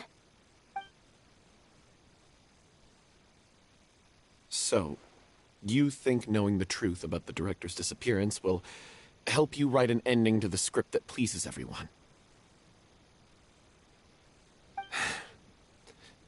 I care just as much as everyone else about making the Little Oceanid a success. That's why I wanted to wait until after the show. If I open this can of worms now, I just don't want to make things difficult between us. We're supposed to be a unit when we're on stage. Vilma, avoiding the truth will not help anyone. Unless you mean to suggest that Aureli's death had something to do with you. I don't want to talk about it. Listen, Vimo. I used to think that my love for Aurelie was a point of shame. I never brought it up to anyone. But now, I've made up my mind to put it all on the table. I'm prepared to face everything, to sacrifice everything for the sake of the show. The little Oceanid cannot be complete unless we do justice to Aurelie on an emotional level. This is why people think of you as not being the smart one. As you all know already, the troupe was kept afloat not from ticket sales, but donations from the audience. Of course, that was nowhere near enough. We took on side jobs when we weren't performing, but even then, the troupe's financial situation was pretty dire. So, anyway, one day after a show, a merchant came to me and offered us a huge sponsorship. In return, we just had to provide the audience with their drinks during performances. It seemed like a win-win, so I said yes to it on the spot without consulting the director. It was only when the merchant came to deliver the goods that I realized the drink in question was synth. Isn't that the drink peddled by the culprit behind the serial disappearances case? I freaked out when I saw the boxes. And I told the director everything right away. She was completely shocked as well. But she didn't reprimand me for making the decision without consulting her. Instead, she contacted the merchant and stated that the troupe could not agree to this collaboration. The merchant was furious, berated us for going back on our word, and threatened to sue us for damages. The amount was astronomical. There was no way we'd be able to pay. And then? I was going to sort it on my own, but the director stopped me. She said that this was an issue for the whole troupe, and it wasn't my fault. But things only got worse from there. The synth merchant just wouldn't let up, and then suddenly the director told us all to leave the city one day. I knew then that things must have reached a boiling point. I admit this whole thing was my mistake. I didn't dare to tell any of you the truth back then, and after the director disappeared, I was even more afraid to say anything.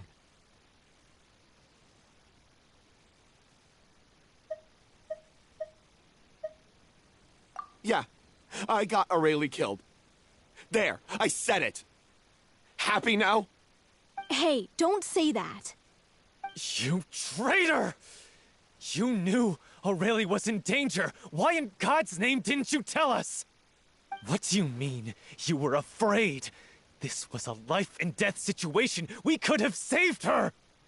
How could you be so stupid?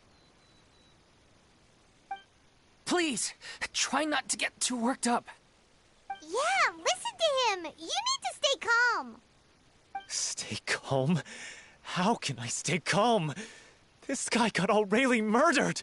She was the love of my life. And he has the gall to try and high-road us, claiming that he kept his mouth shut for the sake of the show. How about taking some responsibility for what he's done? All I can say is I'm sorry. Truly. I wanted to apologize to everyone in the troupe, but that won't bring back the director. What good is my apology now? I'm just a coward who made an awful, terrible mistake that I can never take back. Beat me up if you want. Kill me if you prefer. It's what I deserve. End my life so I can meet the director and apologize to her in person. Get out of my sight. Go, get lost. I don't ever want to see your face again. That's enough! You've screamed and shouted at each other for long enough. Now pipe down, both of you! Can you stop conflating the show on stage with your real-life relationships in the troupe? You keep saying that you want to use this final performance to pay tribute to your director and celebrate her life. How can you do that if you're just using it as an excuse to vent your own emotions? You're right. I'm sorry. On stage, the lead role is the focal point of the audience's attention. And you're all used to seeing the director as the heart of the troupe. But in her own life, her greatest desire wasn't to be the center of attention. I can tell how much she loved you all, and how much she loved the troupe. What she wanted was to build a warm home for all of her brothers and sisters. To shield you all from the storms that rage in the world outside. That's how you should remember her. And that's what you should be celebrating. I understand why you're trying to make her the hero of the story, but isn't she your hero already? After everything she did for you? Yeah. So think hard about what that means. And then think again about what you hope to achieve by arguing with each other. If you really hate each other and can't reconcile your differences, then you could just call it quits now. Why bother with the final performance if the group is already fractured?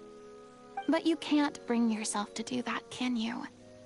You care too much about Director O'Reilly and the home she built you all to let go. What are you laughing at? I don't see what's so funny. Sorry, I didn't mean it that way. It's just that, for a moment there, it felt like our director was back with us again. If she'd seen Paulo and Vilmont at each other's throats like that, she would have scolded them exactly like you did, in that same stern voice. Really? But she sounded like such a gentle person. Of course she was. Even her harshest lectures came from a place of kindness, and it showed. She really was a truly outstanding person. What you said, it really puts everything into perspective. I'm truly sorry. I really meant for this to be a genuine apology, but I ended up making it all about me and my self-pity. It's all right. Let's save all this for after the performance. So, the ending. What are we gonna do about it? Clearly, everyone needs to take a step back for now and reflect on what really matters. When emotions are running high, things get lost in the fray. The end of the story needs to focus back on O'Reilly herself. She's the true star of the show. What do you mean? The Traveler is right. You once investigated that underwater synth base and recovered items belonging to the victims.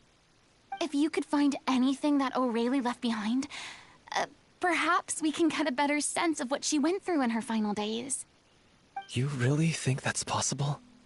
I trust that nobody would object to the ending of the story being based on O'Reilly's true feelings? No. Well, we'll leave this in your capable hands. Come, let's pay a visit to the Palais Mermonia. The rest of you, head back to the rehearsal location for now, and wait for our good news.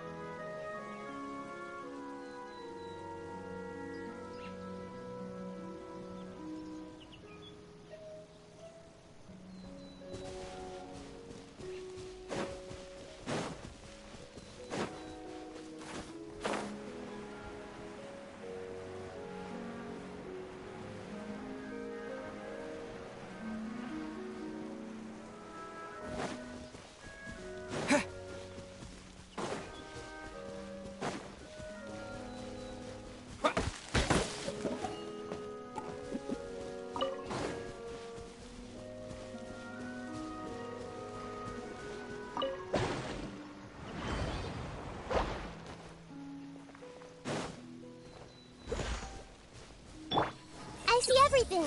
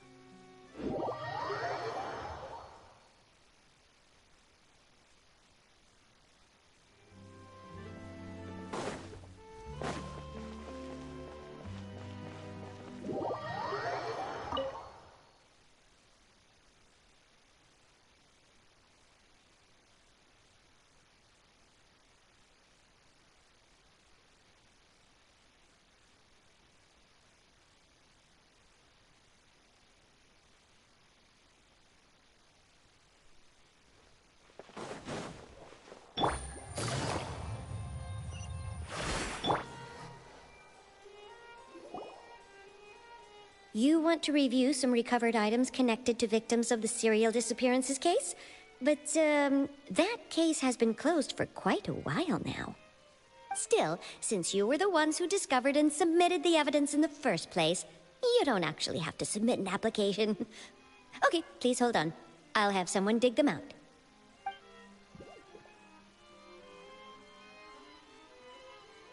So, this is all O'Reilly left behind.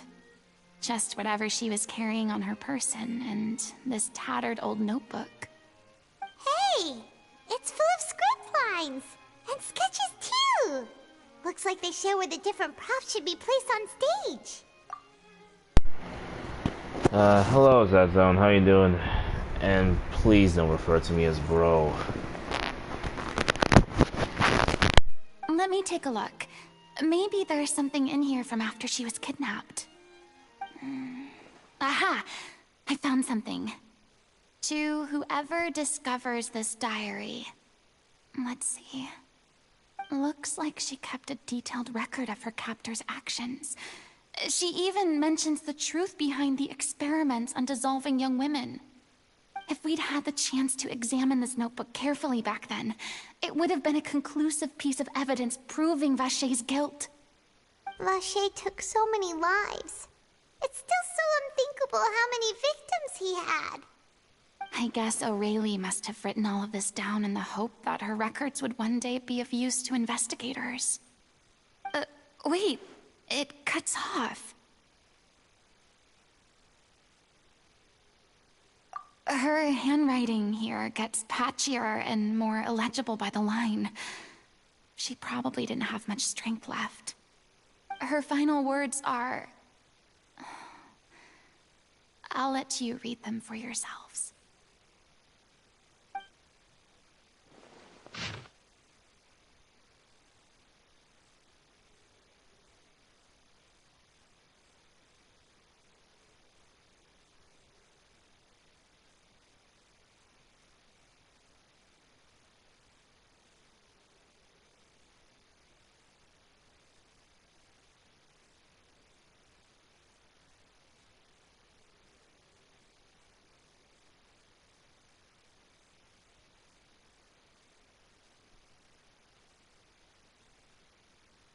Someone else was taken.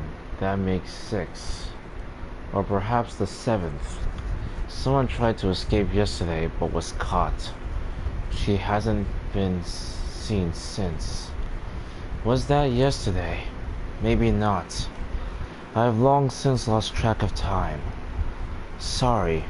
I don't know if writing this is of any use, or how much longer I can do it for. I can already see my fate approaching. But what terrifies me even more is the thought of seeing others from the troop here. Have I truly protected them? Sorry. I'm so sorry. I can write no more. Actually, fuck this. I'm not reading the rest of this.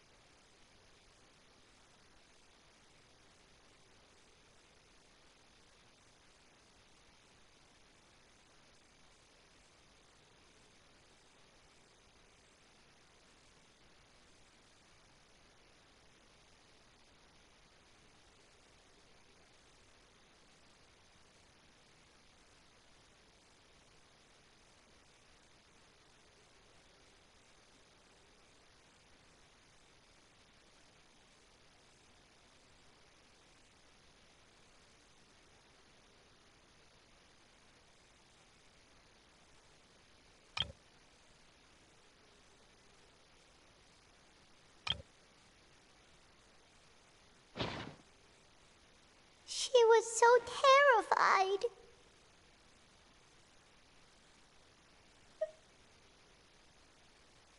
She may have been a mighty hero in the eyes of her troop, but at the end of the day, she was only human. I can't bear to think how painful and lonely her final days must have been. Wait. This part on the last page sounds strangely familiar.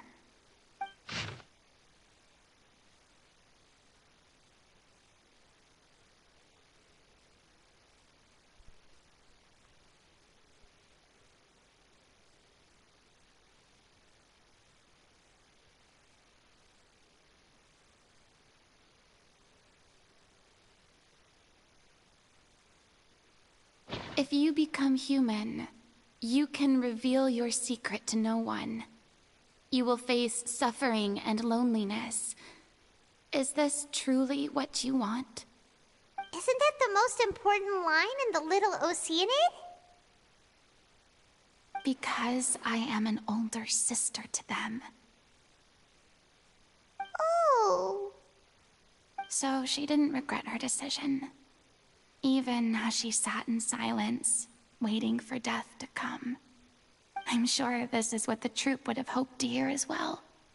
She had their utmost trust, admiration, and love, and she truly deserved it. Let's go. It's time for them to learn Director O'Reilly's final thoughts.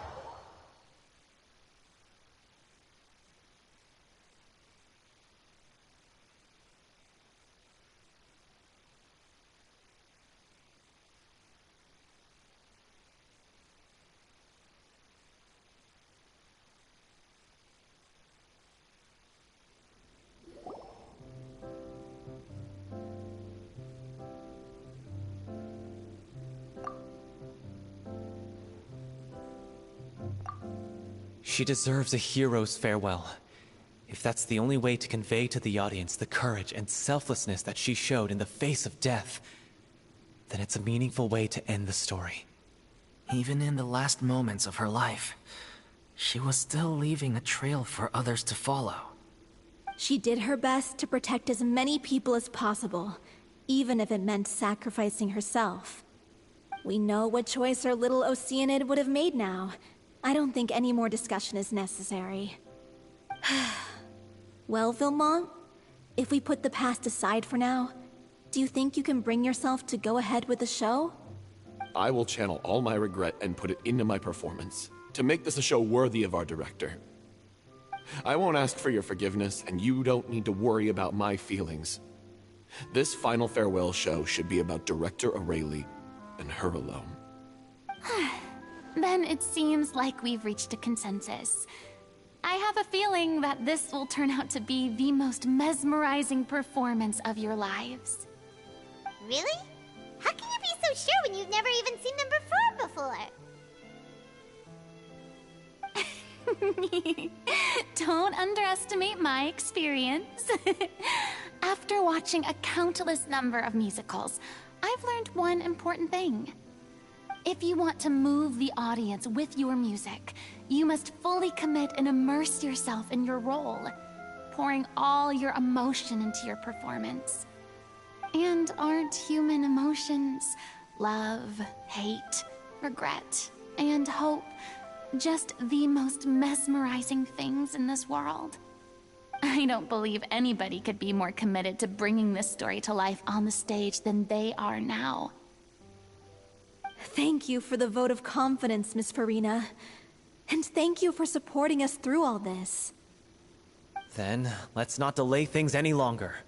We need to discuss the details of the ending and get it nailed down once and for all.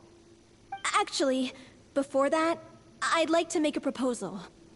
During the curtain call, please allow me to use the director's name instead of my own.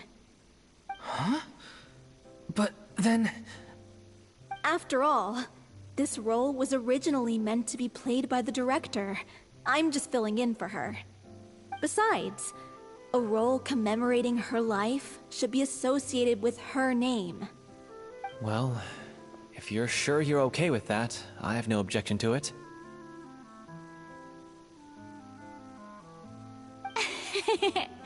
Now we're talking like a serious acting troupe. All right, I'll leave you to fine-tune your musical while I go and procure a stage.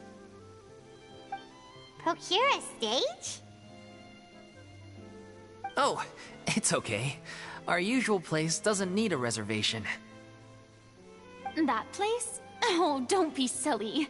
For an extraordinary show, we need an extraordinary stage. By which I, of course, mean the Opera Epiclese. Whoa, wait, what? No. That's never going to work. It's far too fancy for the likes of us. What are you afraid of? Surely you don't think that Aurelie's story is unworthy of the grandest stage in Fontaine. No, though that's not what I meant.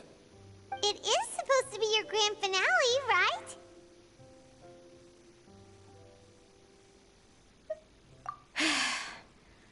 I have no problem with it then. How about the rest of you?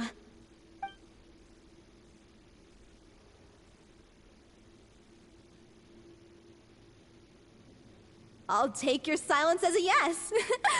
Thank you for giving us this opportunity. It really is a dream come true. Well, then don't disappoint me. If you mess this up, it'll reflect poorly on me too. Come on. We'll need to get the go-ahead from Nerilette. I know just where to find him.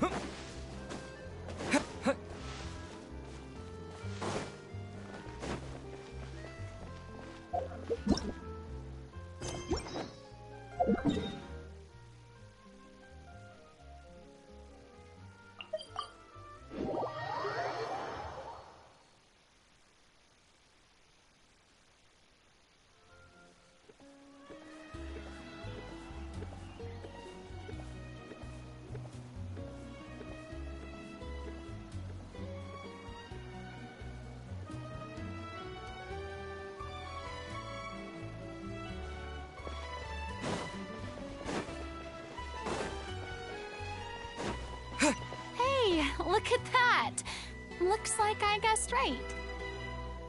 You were just guessing?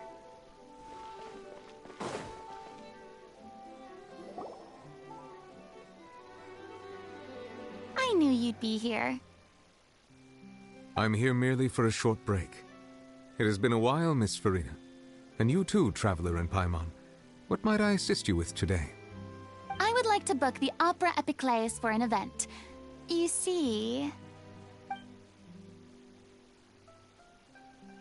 I understand. The process for booking the Opera Epiclese is complex and can be somewhat cumbersome. But given that the request is coming from the three of you, I see no reason to make things unduly difficult. The story of the Little Oceanid is most fascinating. I'm looking forward to seeing it performed on stage. I will say, however, that I am surprised to see your passion for the performing arts rekindled after all that has happened. Huh? What do you mean? Do I look excited? Yes. And this is the first time that I've seen you like this since your departure from deityhood. At first, I just felt bad about rejecting them. So I wanted to learn a little bit more about their situation. But one thing led to another, and... well, here we are. In the past, we sat in our high chairs in the court, giving our opinions on isolated cases, all while knowing very little about the human stories behind each and every one. Maybe it's because I finally become an ordinary person and gained my freedom, but I've developed a great sense of curiosity about their lives. I am truly delighted to see you find a new lease on life. Now that you've regained some confidence, have you had any thoughts regarding a return to the stage? Why would you suddenly ask a question like that? Well, if the Little Oceanid turns out to be a great success, it will no doubt become a classic. Many theater companies are certain to add it to their repertoire. The experiences and decisions of the protagonist Cleo are all modeled after your own. Naturally, this makes you eminently suited to playing the leading role. It would truly be a shame if you did not take this opportunity to allow audiences to enjoy your outstanding acting talents once more. Haven't I already made myself clear? I won't act or perform in any role ever again. No exceptions. Nor do I think it is any great shame. There is no lack of fine actors or inspirational stories, either on or off the stage. This experience is a case in point. I feel like I've learned a lot, and it has already been well worth the price of admission. I must admit, though, I'm a little envious. They're quite fortunate to be able to bid farewell to their past in such a magnificent manner. I see. Well, I'm glad to learn that you have found a role to play that you enjoy, be it on the stage or not. I sincerely hope the show will serve as the grandest of finales. I will have my staff book the date and mail the relevant paperwork to the troupe once the details are confirmed. Thanks, Nervalette. You are very welcome.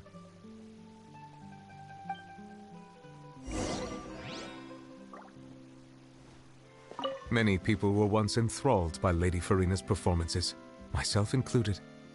I hope that one day she'll be able to understand that our appreciation was always sincere.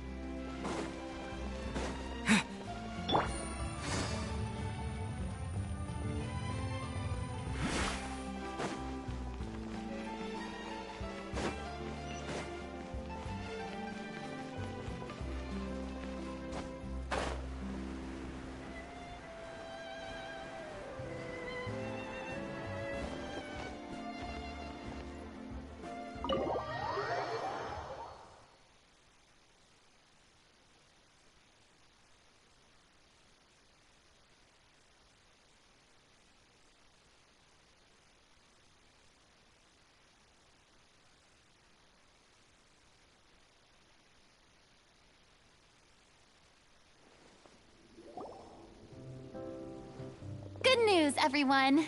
It's done. The Opera Epiclese is booked.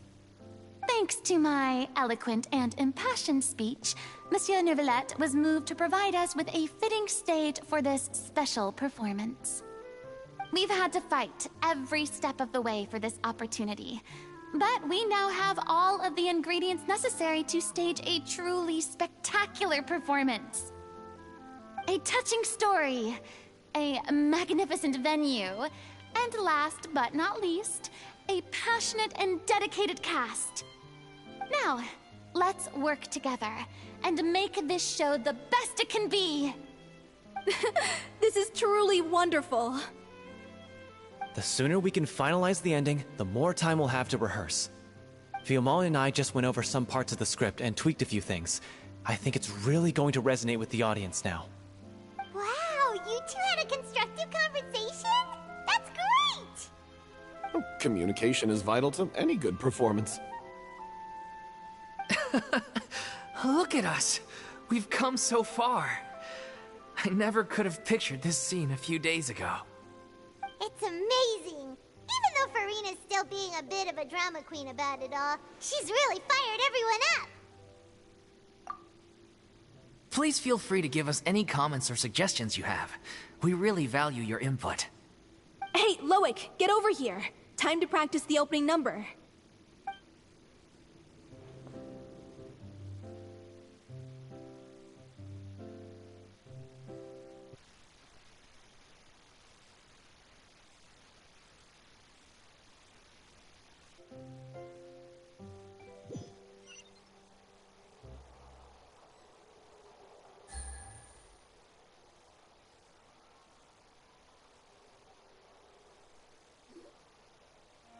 Cursed Cleo.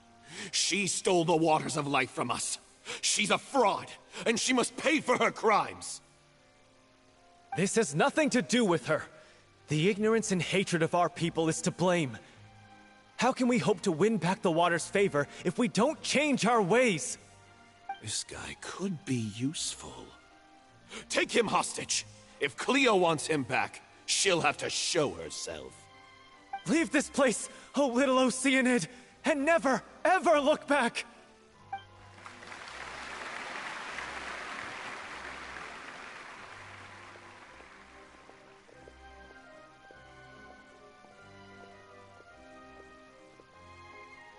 Everyone's really throwing themselves into their roles. I haven't seen such a fine performance in a long time. If only...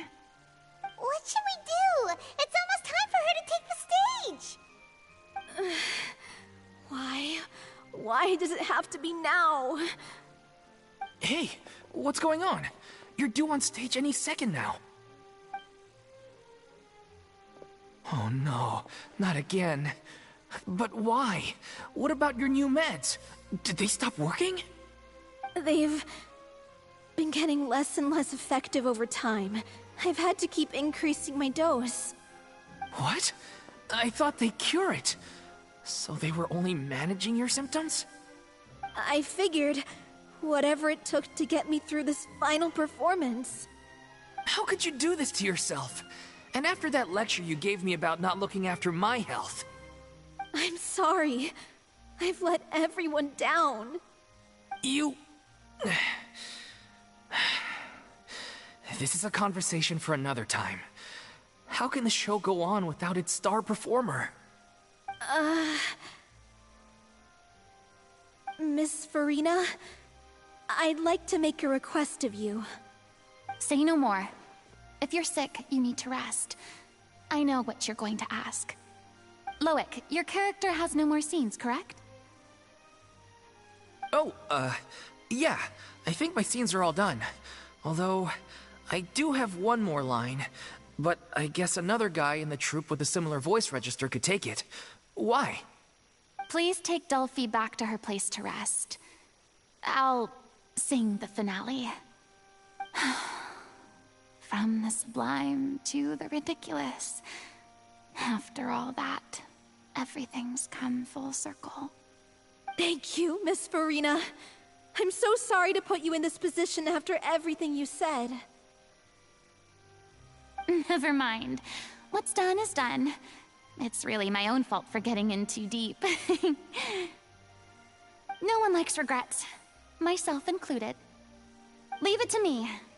I've watched you rehearse so many times that I've learned Cleo's part by heart.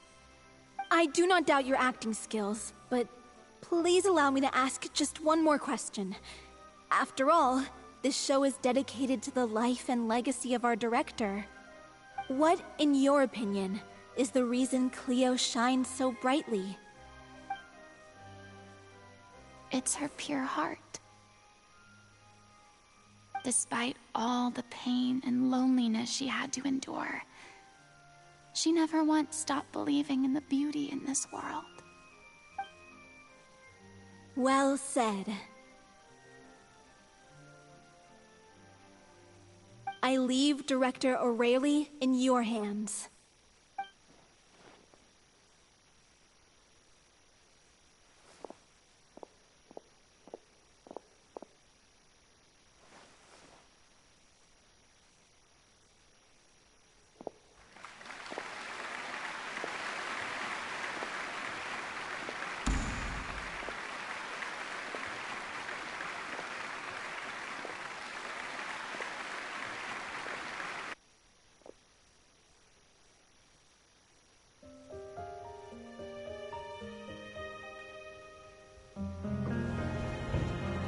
Is she here yet?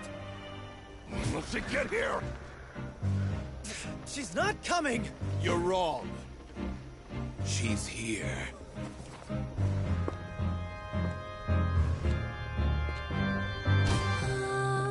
Si je pouvais vivre dans l'eau, le monde serait-il plus beau?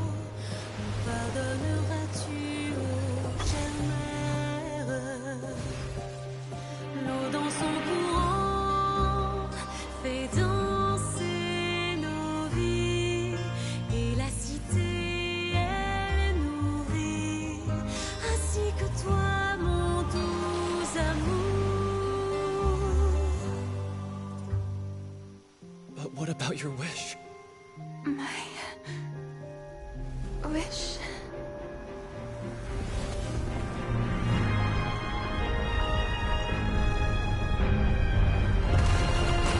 If you become human, you can reveal your secret to no one.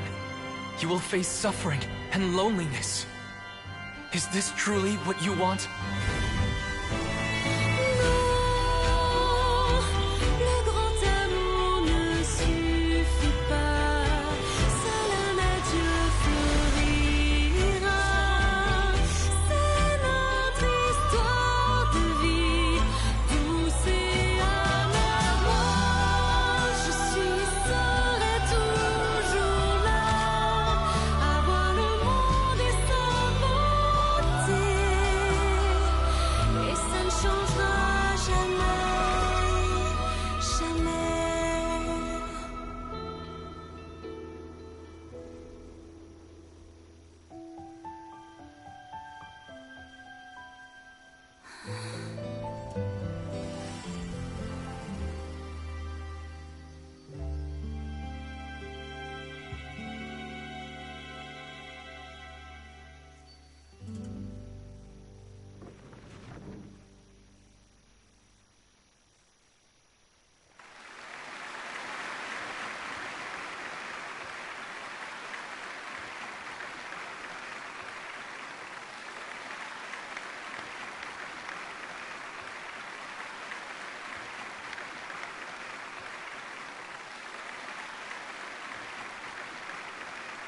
Is it just me?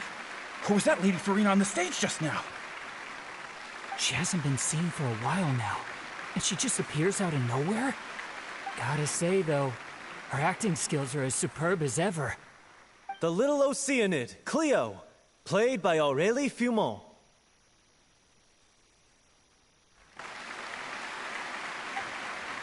Wait, that's not her name. What's going on? I don't know. Maybe it's just a doppelganger. I've spent a lot of time out of the spotlight, and they didn't use my name during the curtain call either. Hopefully, not too many people recognized me. It's too bad that I had to break the one clear rule I'd managed to make for myself, even if I had no choice. Still, I have to admit that, despite everything, it felt good to be back on the stage again. Finally, we would like to give a special thanks to our artistic consultant and event coordinator, Miss Farina. Hey, that's not what we agreed on! Oh, so it was Farina after all. She's back! Honestly, what is he doing? He should have run that by me first.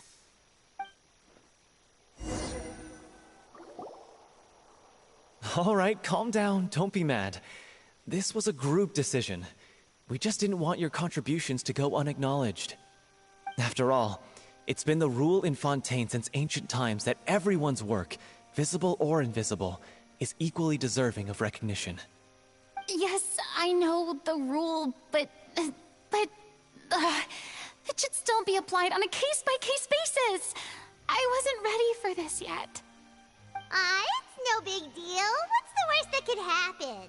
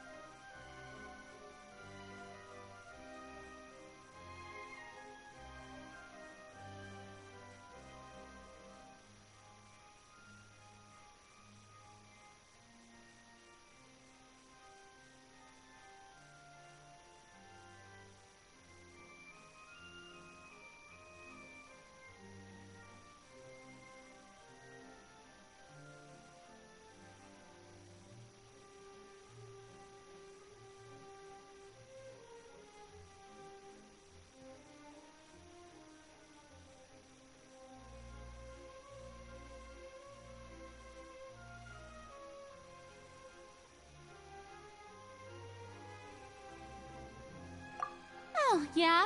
Well, since you think it's so easy, you can sign them for me.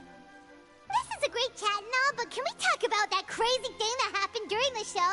It nearly gave Paimon a heart attack. Paimon flew over to where she was supposed to be and was about to drop the prop vision, and then suddenly, a real one popped out of thin air! Oh, that. I've got no idea what happened there either. But hey, it worked pretty well, didn't it? I'll bet the audience has never seen such a realistic prop. Wait, what about Dolphy? I wonder how she's doing. Oh, let's go check on her as soon as we finish clearing the stage. Yes. Plus, she'll definitely want to hear how the end of the show went. If nothing else, we can safely say that we accomplished what we set out to do.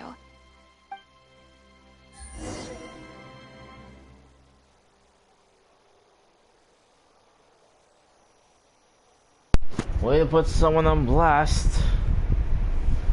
Quite the heart you got there. Yeah. No, forget it. I'm trying to see Dolphy and Lawwick.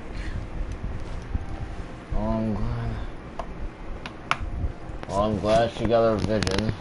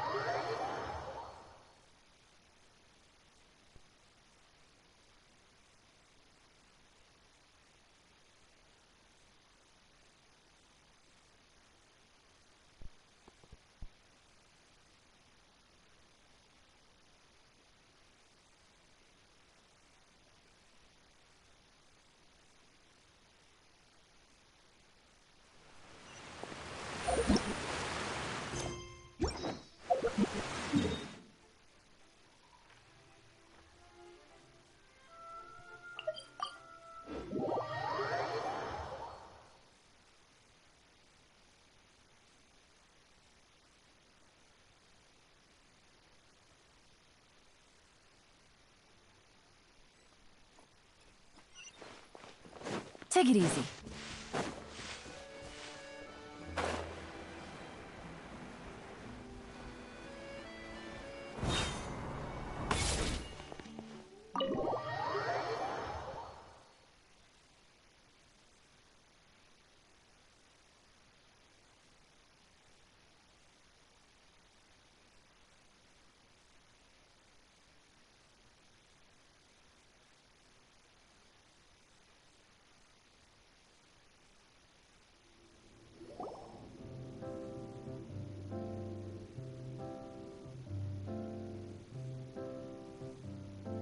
Ah, you're back. She's doing okay. Her condition stabilized after taking some of her original medication. From experience, though, I'd say she still needs a few more days of rest. How did the performance go? Was it a success? Did the audience like it? You'll be glad to know it was fantastic! Also, you're not gonna believe what happened while Farina was on the stage! You'll probably be able to read all about it in the Steambird first thing tomorrow morning! That's wonderful. I'm so sorry I failed to see it through to the end. I guess I was wrong to try and tough it out to begin with. No, don't worry about it. Like they told me after announcing my name during the curtain call, everyone's work deserves recognition. Even though you couldn't see it through to the final scene, the audience was very impressed by your performance. It's safe to say that you made your mark on this memorial show. Well, one way or another, we did it. I've had bad luck ever since I was born, so I never expect things to go smoothly in life. I'm just happy to know that we went out on a high note. That's all that matters. Blaming your bad luck again, are we?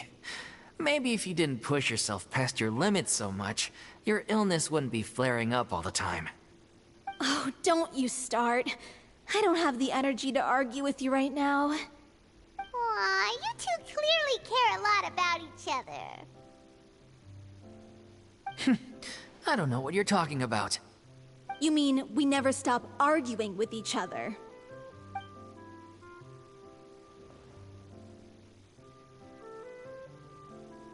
So, any plans for the next step? After the brilliant performance you put on, the reputation of your troupe is sure to spread through Fontaine like wildfire. You won't have to disband if you don't want to. You could capitalize on the rave reviews and license out the Little Oceanid to the bigger theater troupes out there. That would do wonders for your financial situation. No, we should still disband. Yeah, it's what we all agreed to. After all that's happened, I should give you guys some space. But maybe our paths will cross again one day. Hey, don't just walk off! I still want to keep performing, so I might join another troupe. After watching Miss Farina's performance, I think I'm starting to understand our director's infatuation with musicals. You should do it. It suits you. I'd originally hoped to keep performing too, but I don't know if my health will allow me to. Oh, so now you finally got your priorities in order. I guess I'll hold off until you've properly recovered as well. What about you, Miss Farina? Any future plans? Well, frankly, I think a return to obscurity is no longer an option for me. I'm sure a slew of consultancy requests will hound me wherever I go, until I finally acquiesce. You rather sealed my fate there with your special thanks at the end of the show. Sorry. It's quite all right. No need to apologize. What I meant to say is that this whole experience has shown me that perhaps I'm not as averse to a return to the stage as I'd previously imagined. Maybe Nervillette was right. Maybe Cleo is the right role for me. I still don't wish to pretend to be someone else, but I do have a desire to express myself. So, maybe the show will go on for me after all.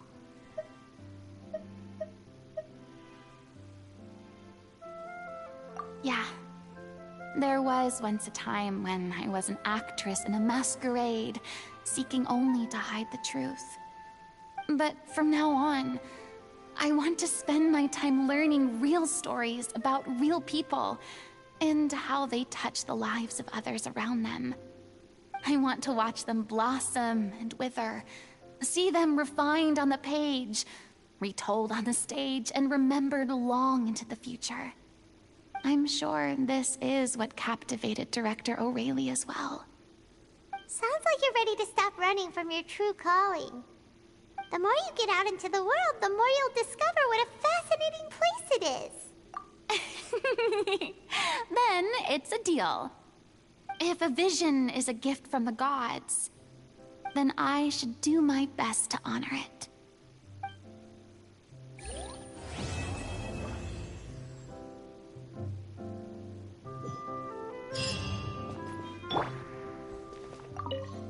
It's ironic to think that in my whole time as a god, I could only ever dream of receiving this kind of power.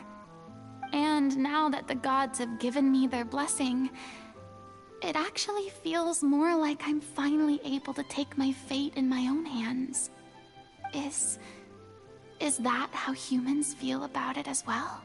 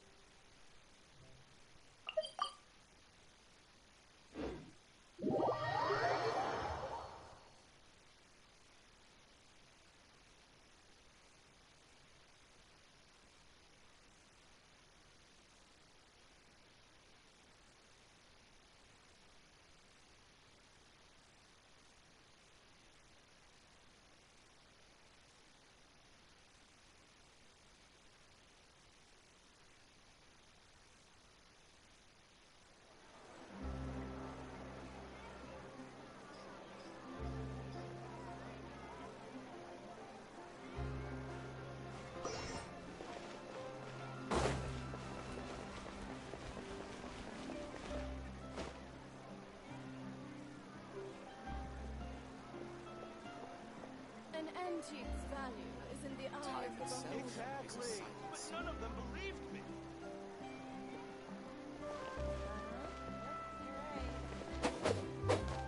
Yeah, yeah.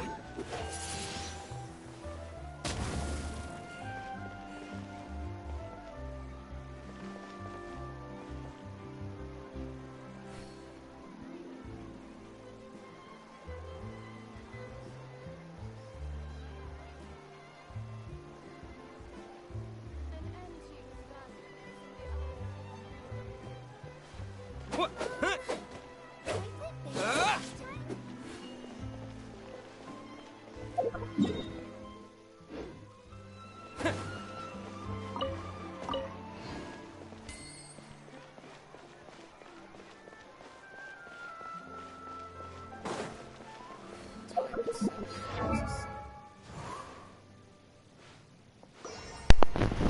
Alright, let's see if, since all of that has occurred, let's see if her profile has changed now.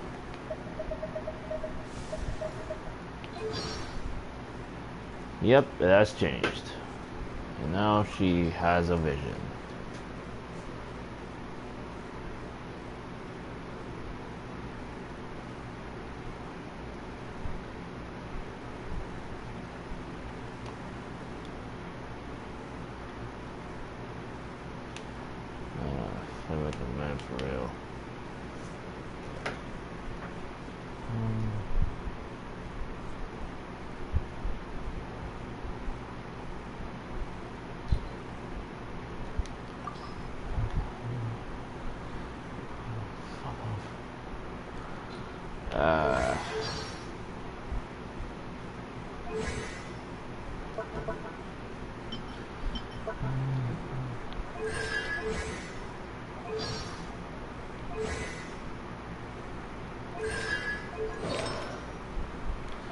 Well, some things are just cringeworthy, ain't even gotta be deep, I guess.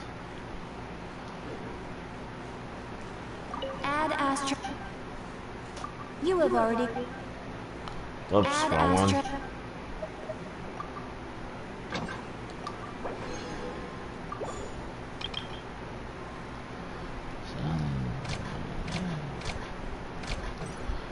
Oh. Let's go waste my resin. I'm gonna try and go for artifacts this time. May not be the best idea, but I just feel like it. I'm not gonna have a good time, I can tell, but it's worth a try. What's the worst that can happen? Other than bullshit.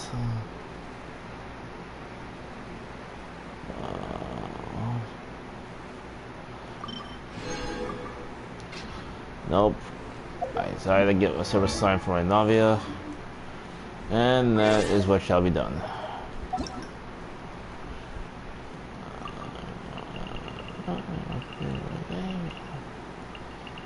I guess.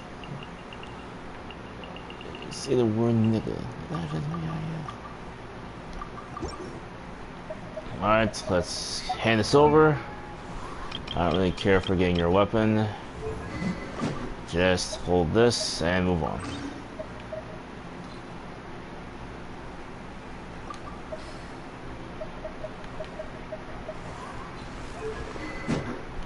Oh, guess it really does differ depending on the level.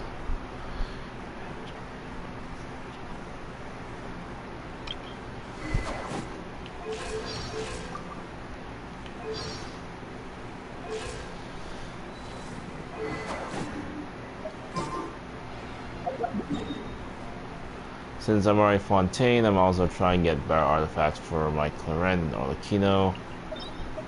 Now I can already tell how that may end up. Well.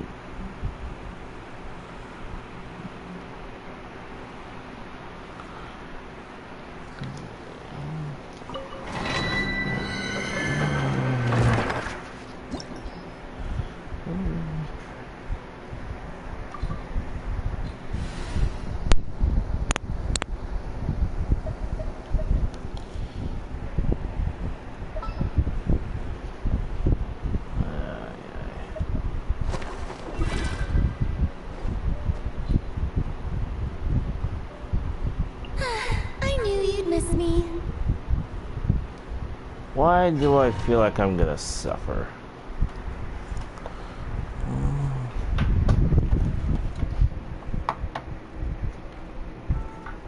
What the heck? Oh my god.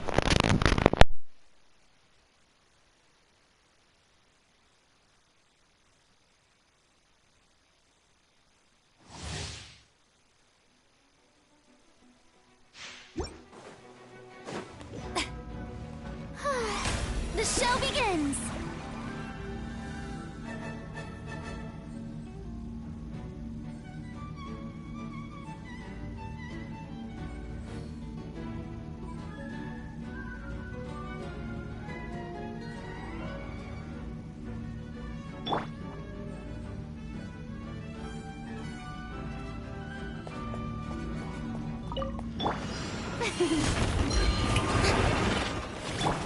Everyone hold hands!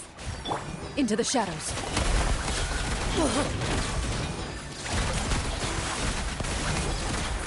Enough! What evil limits? Shoot on sight!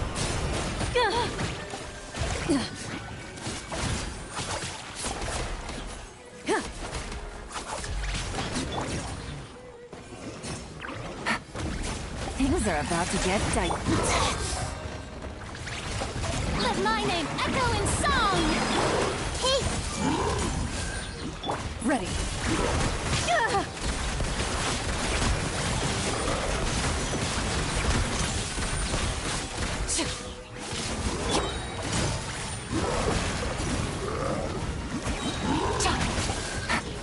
comes the catch.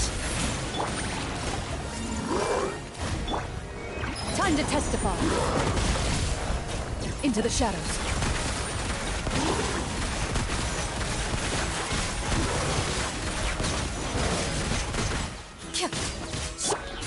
Quietly now. I see everything.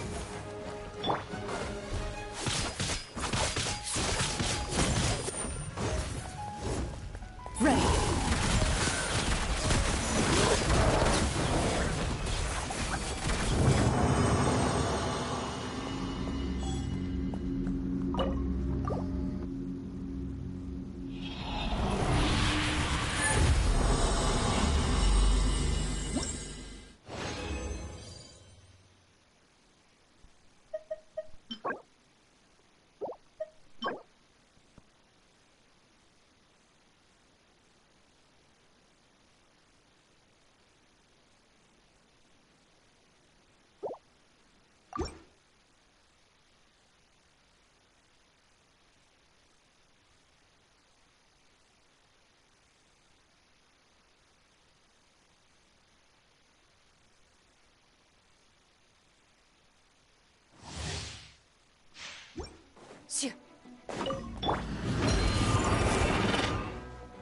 Strike a pose!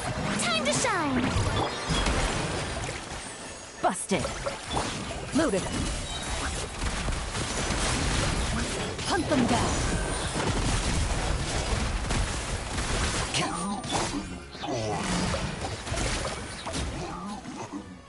Game's up. Fun's over. This was unwise.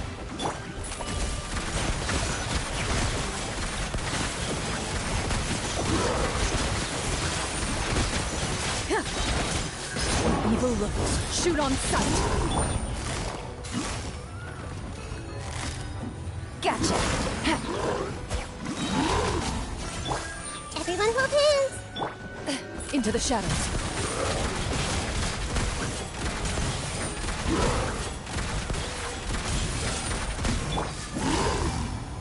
Busted.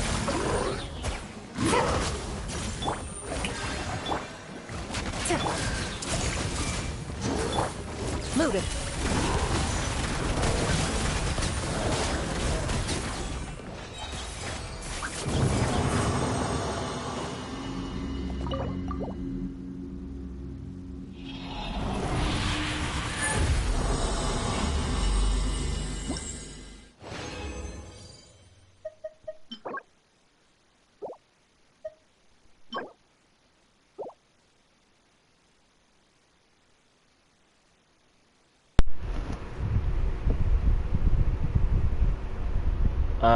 Have a good night, Pluto.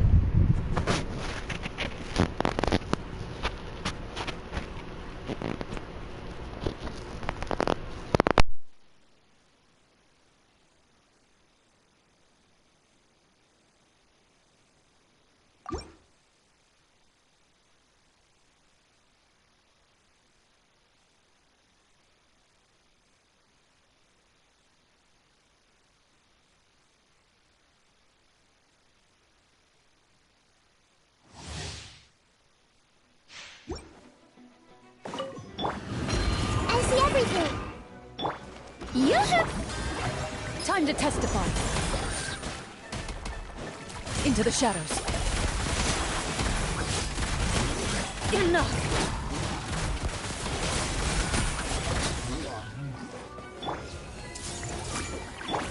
Things are about to get dicey. Let the world come alive! Ready.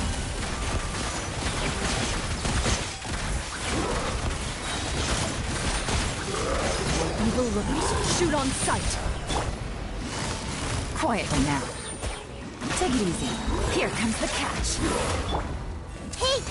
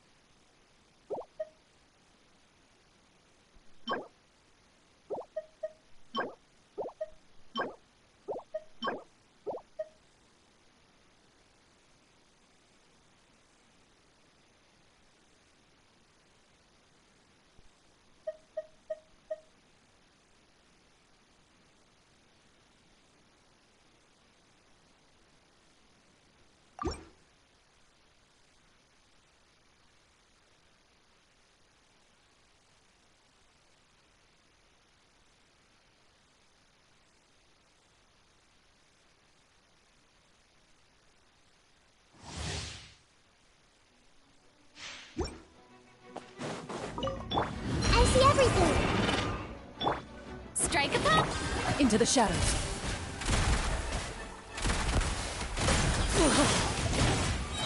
Hunt them down. Ha!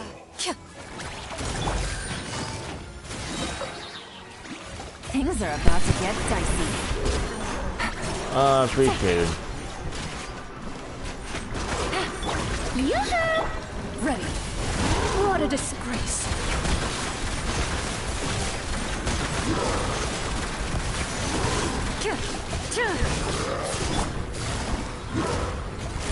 Gotcha. Game's up. Thumbs up. Let my name echo in suffering! Into the shadows. Violated.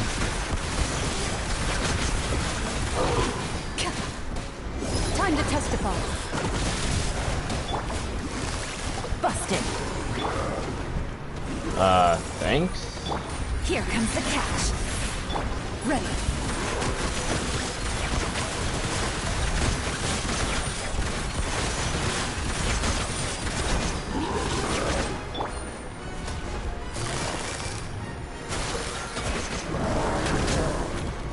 Yeah, good night. Strike a pose!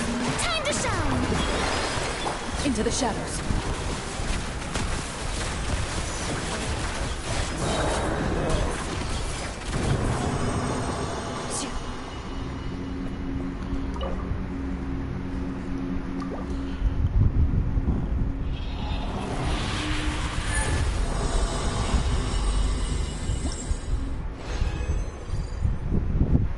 Huh. Are you kidding me? Alright, last chance.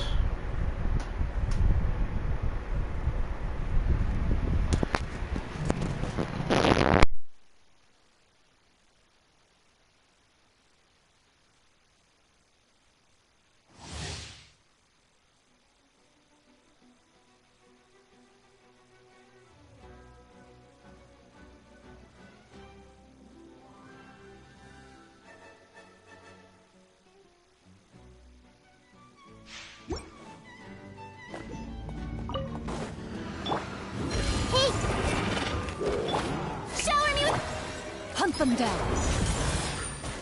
Ready.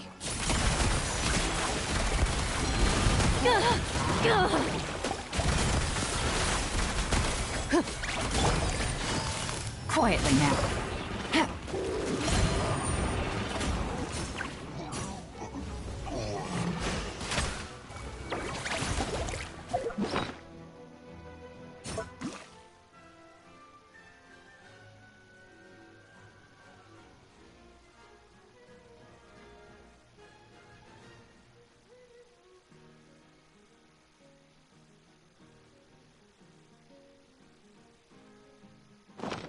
Take it easy. Busted. Into the shadows.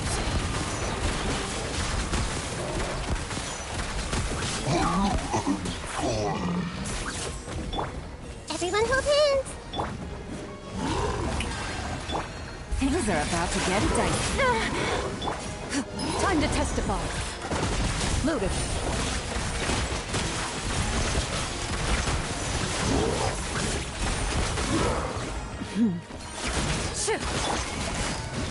Quietly now. I see everything.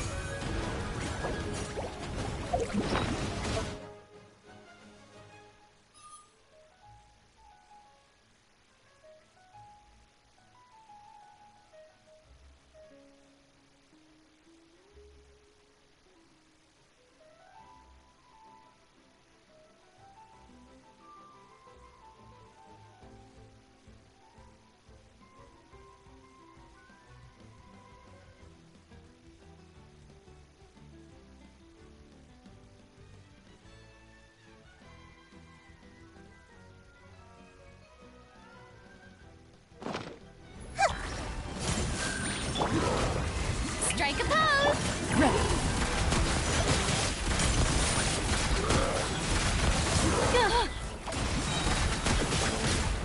Where evil lurks, shoot on sight. Gotcha.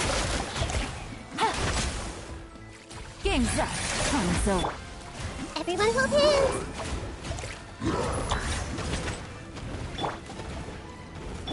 Loaded.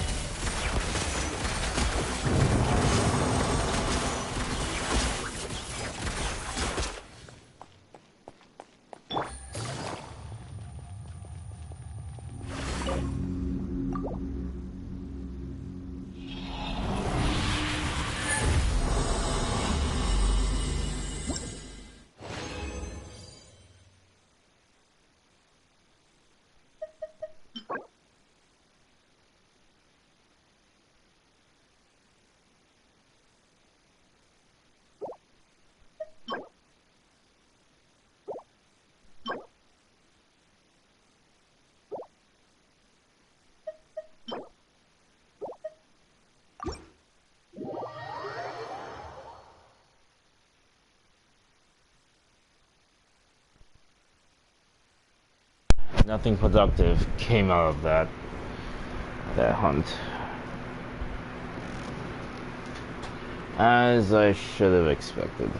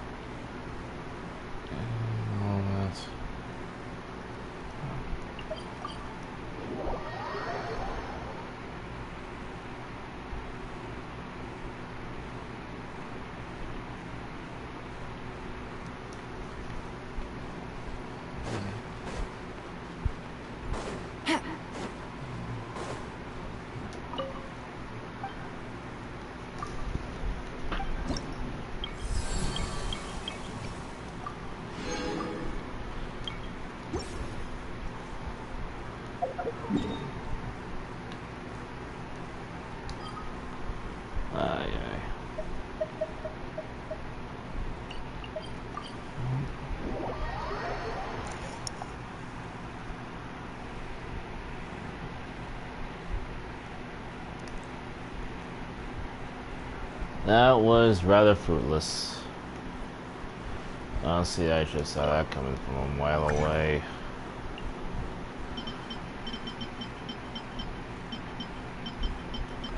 Well. Alright, what should I make? What should I do to make up for that?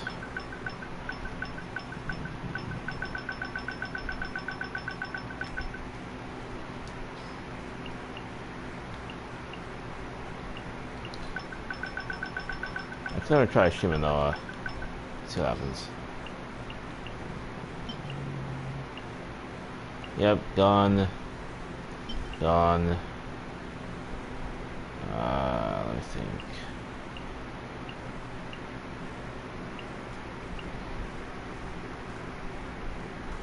I'll keep this one.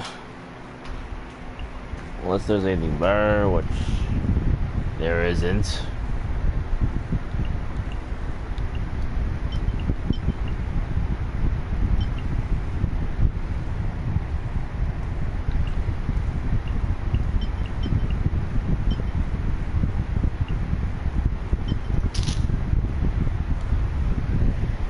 Fly, just enter my room.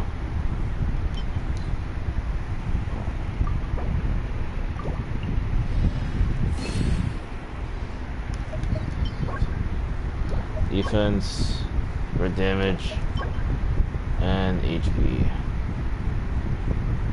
Good grief.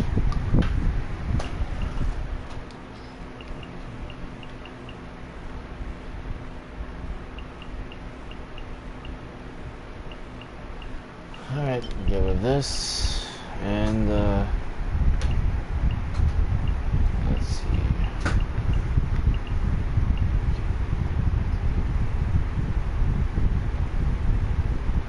I can get rid of it.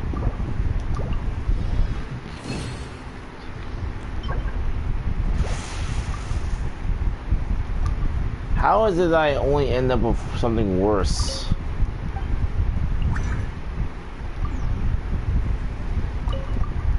I don't understand.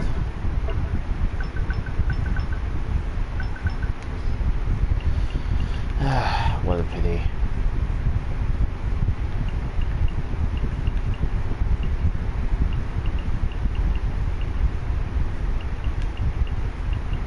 This thing has crit damage, but no rate. I feel like I'm lacking more of that right now. Good grief, man.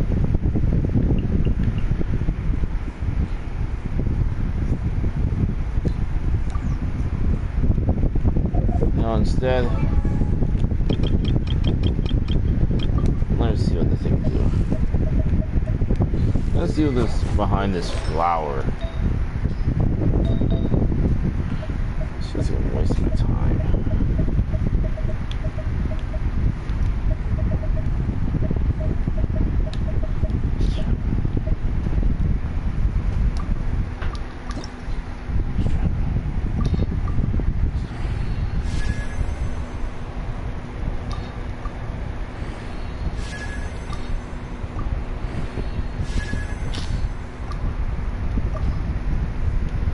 The flies go somewhere else. So we can sit to my stomach.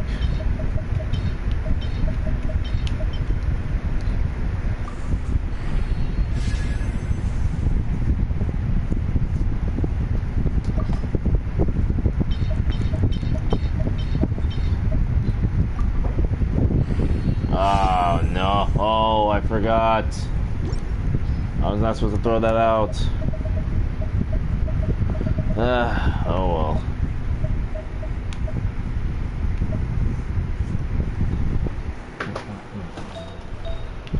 Well, I definitely don't need a lot of crit damage now.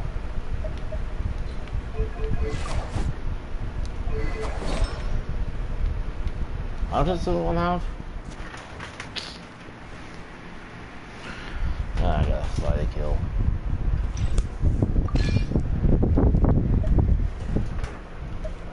Twenty. I don't want to see how this concludes.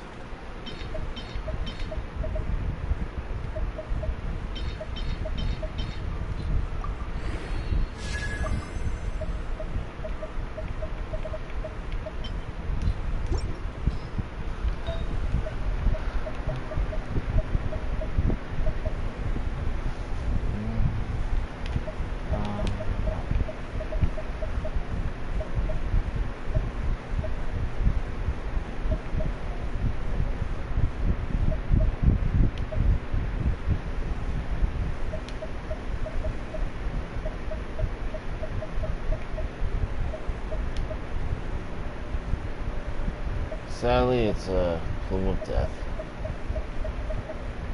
It's reticence, so not there. Oh well. That's one positive thing at least. Just need another plume of death to match. Or anything else for that matter. Oh well, I'm out of here. What a waste.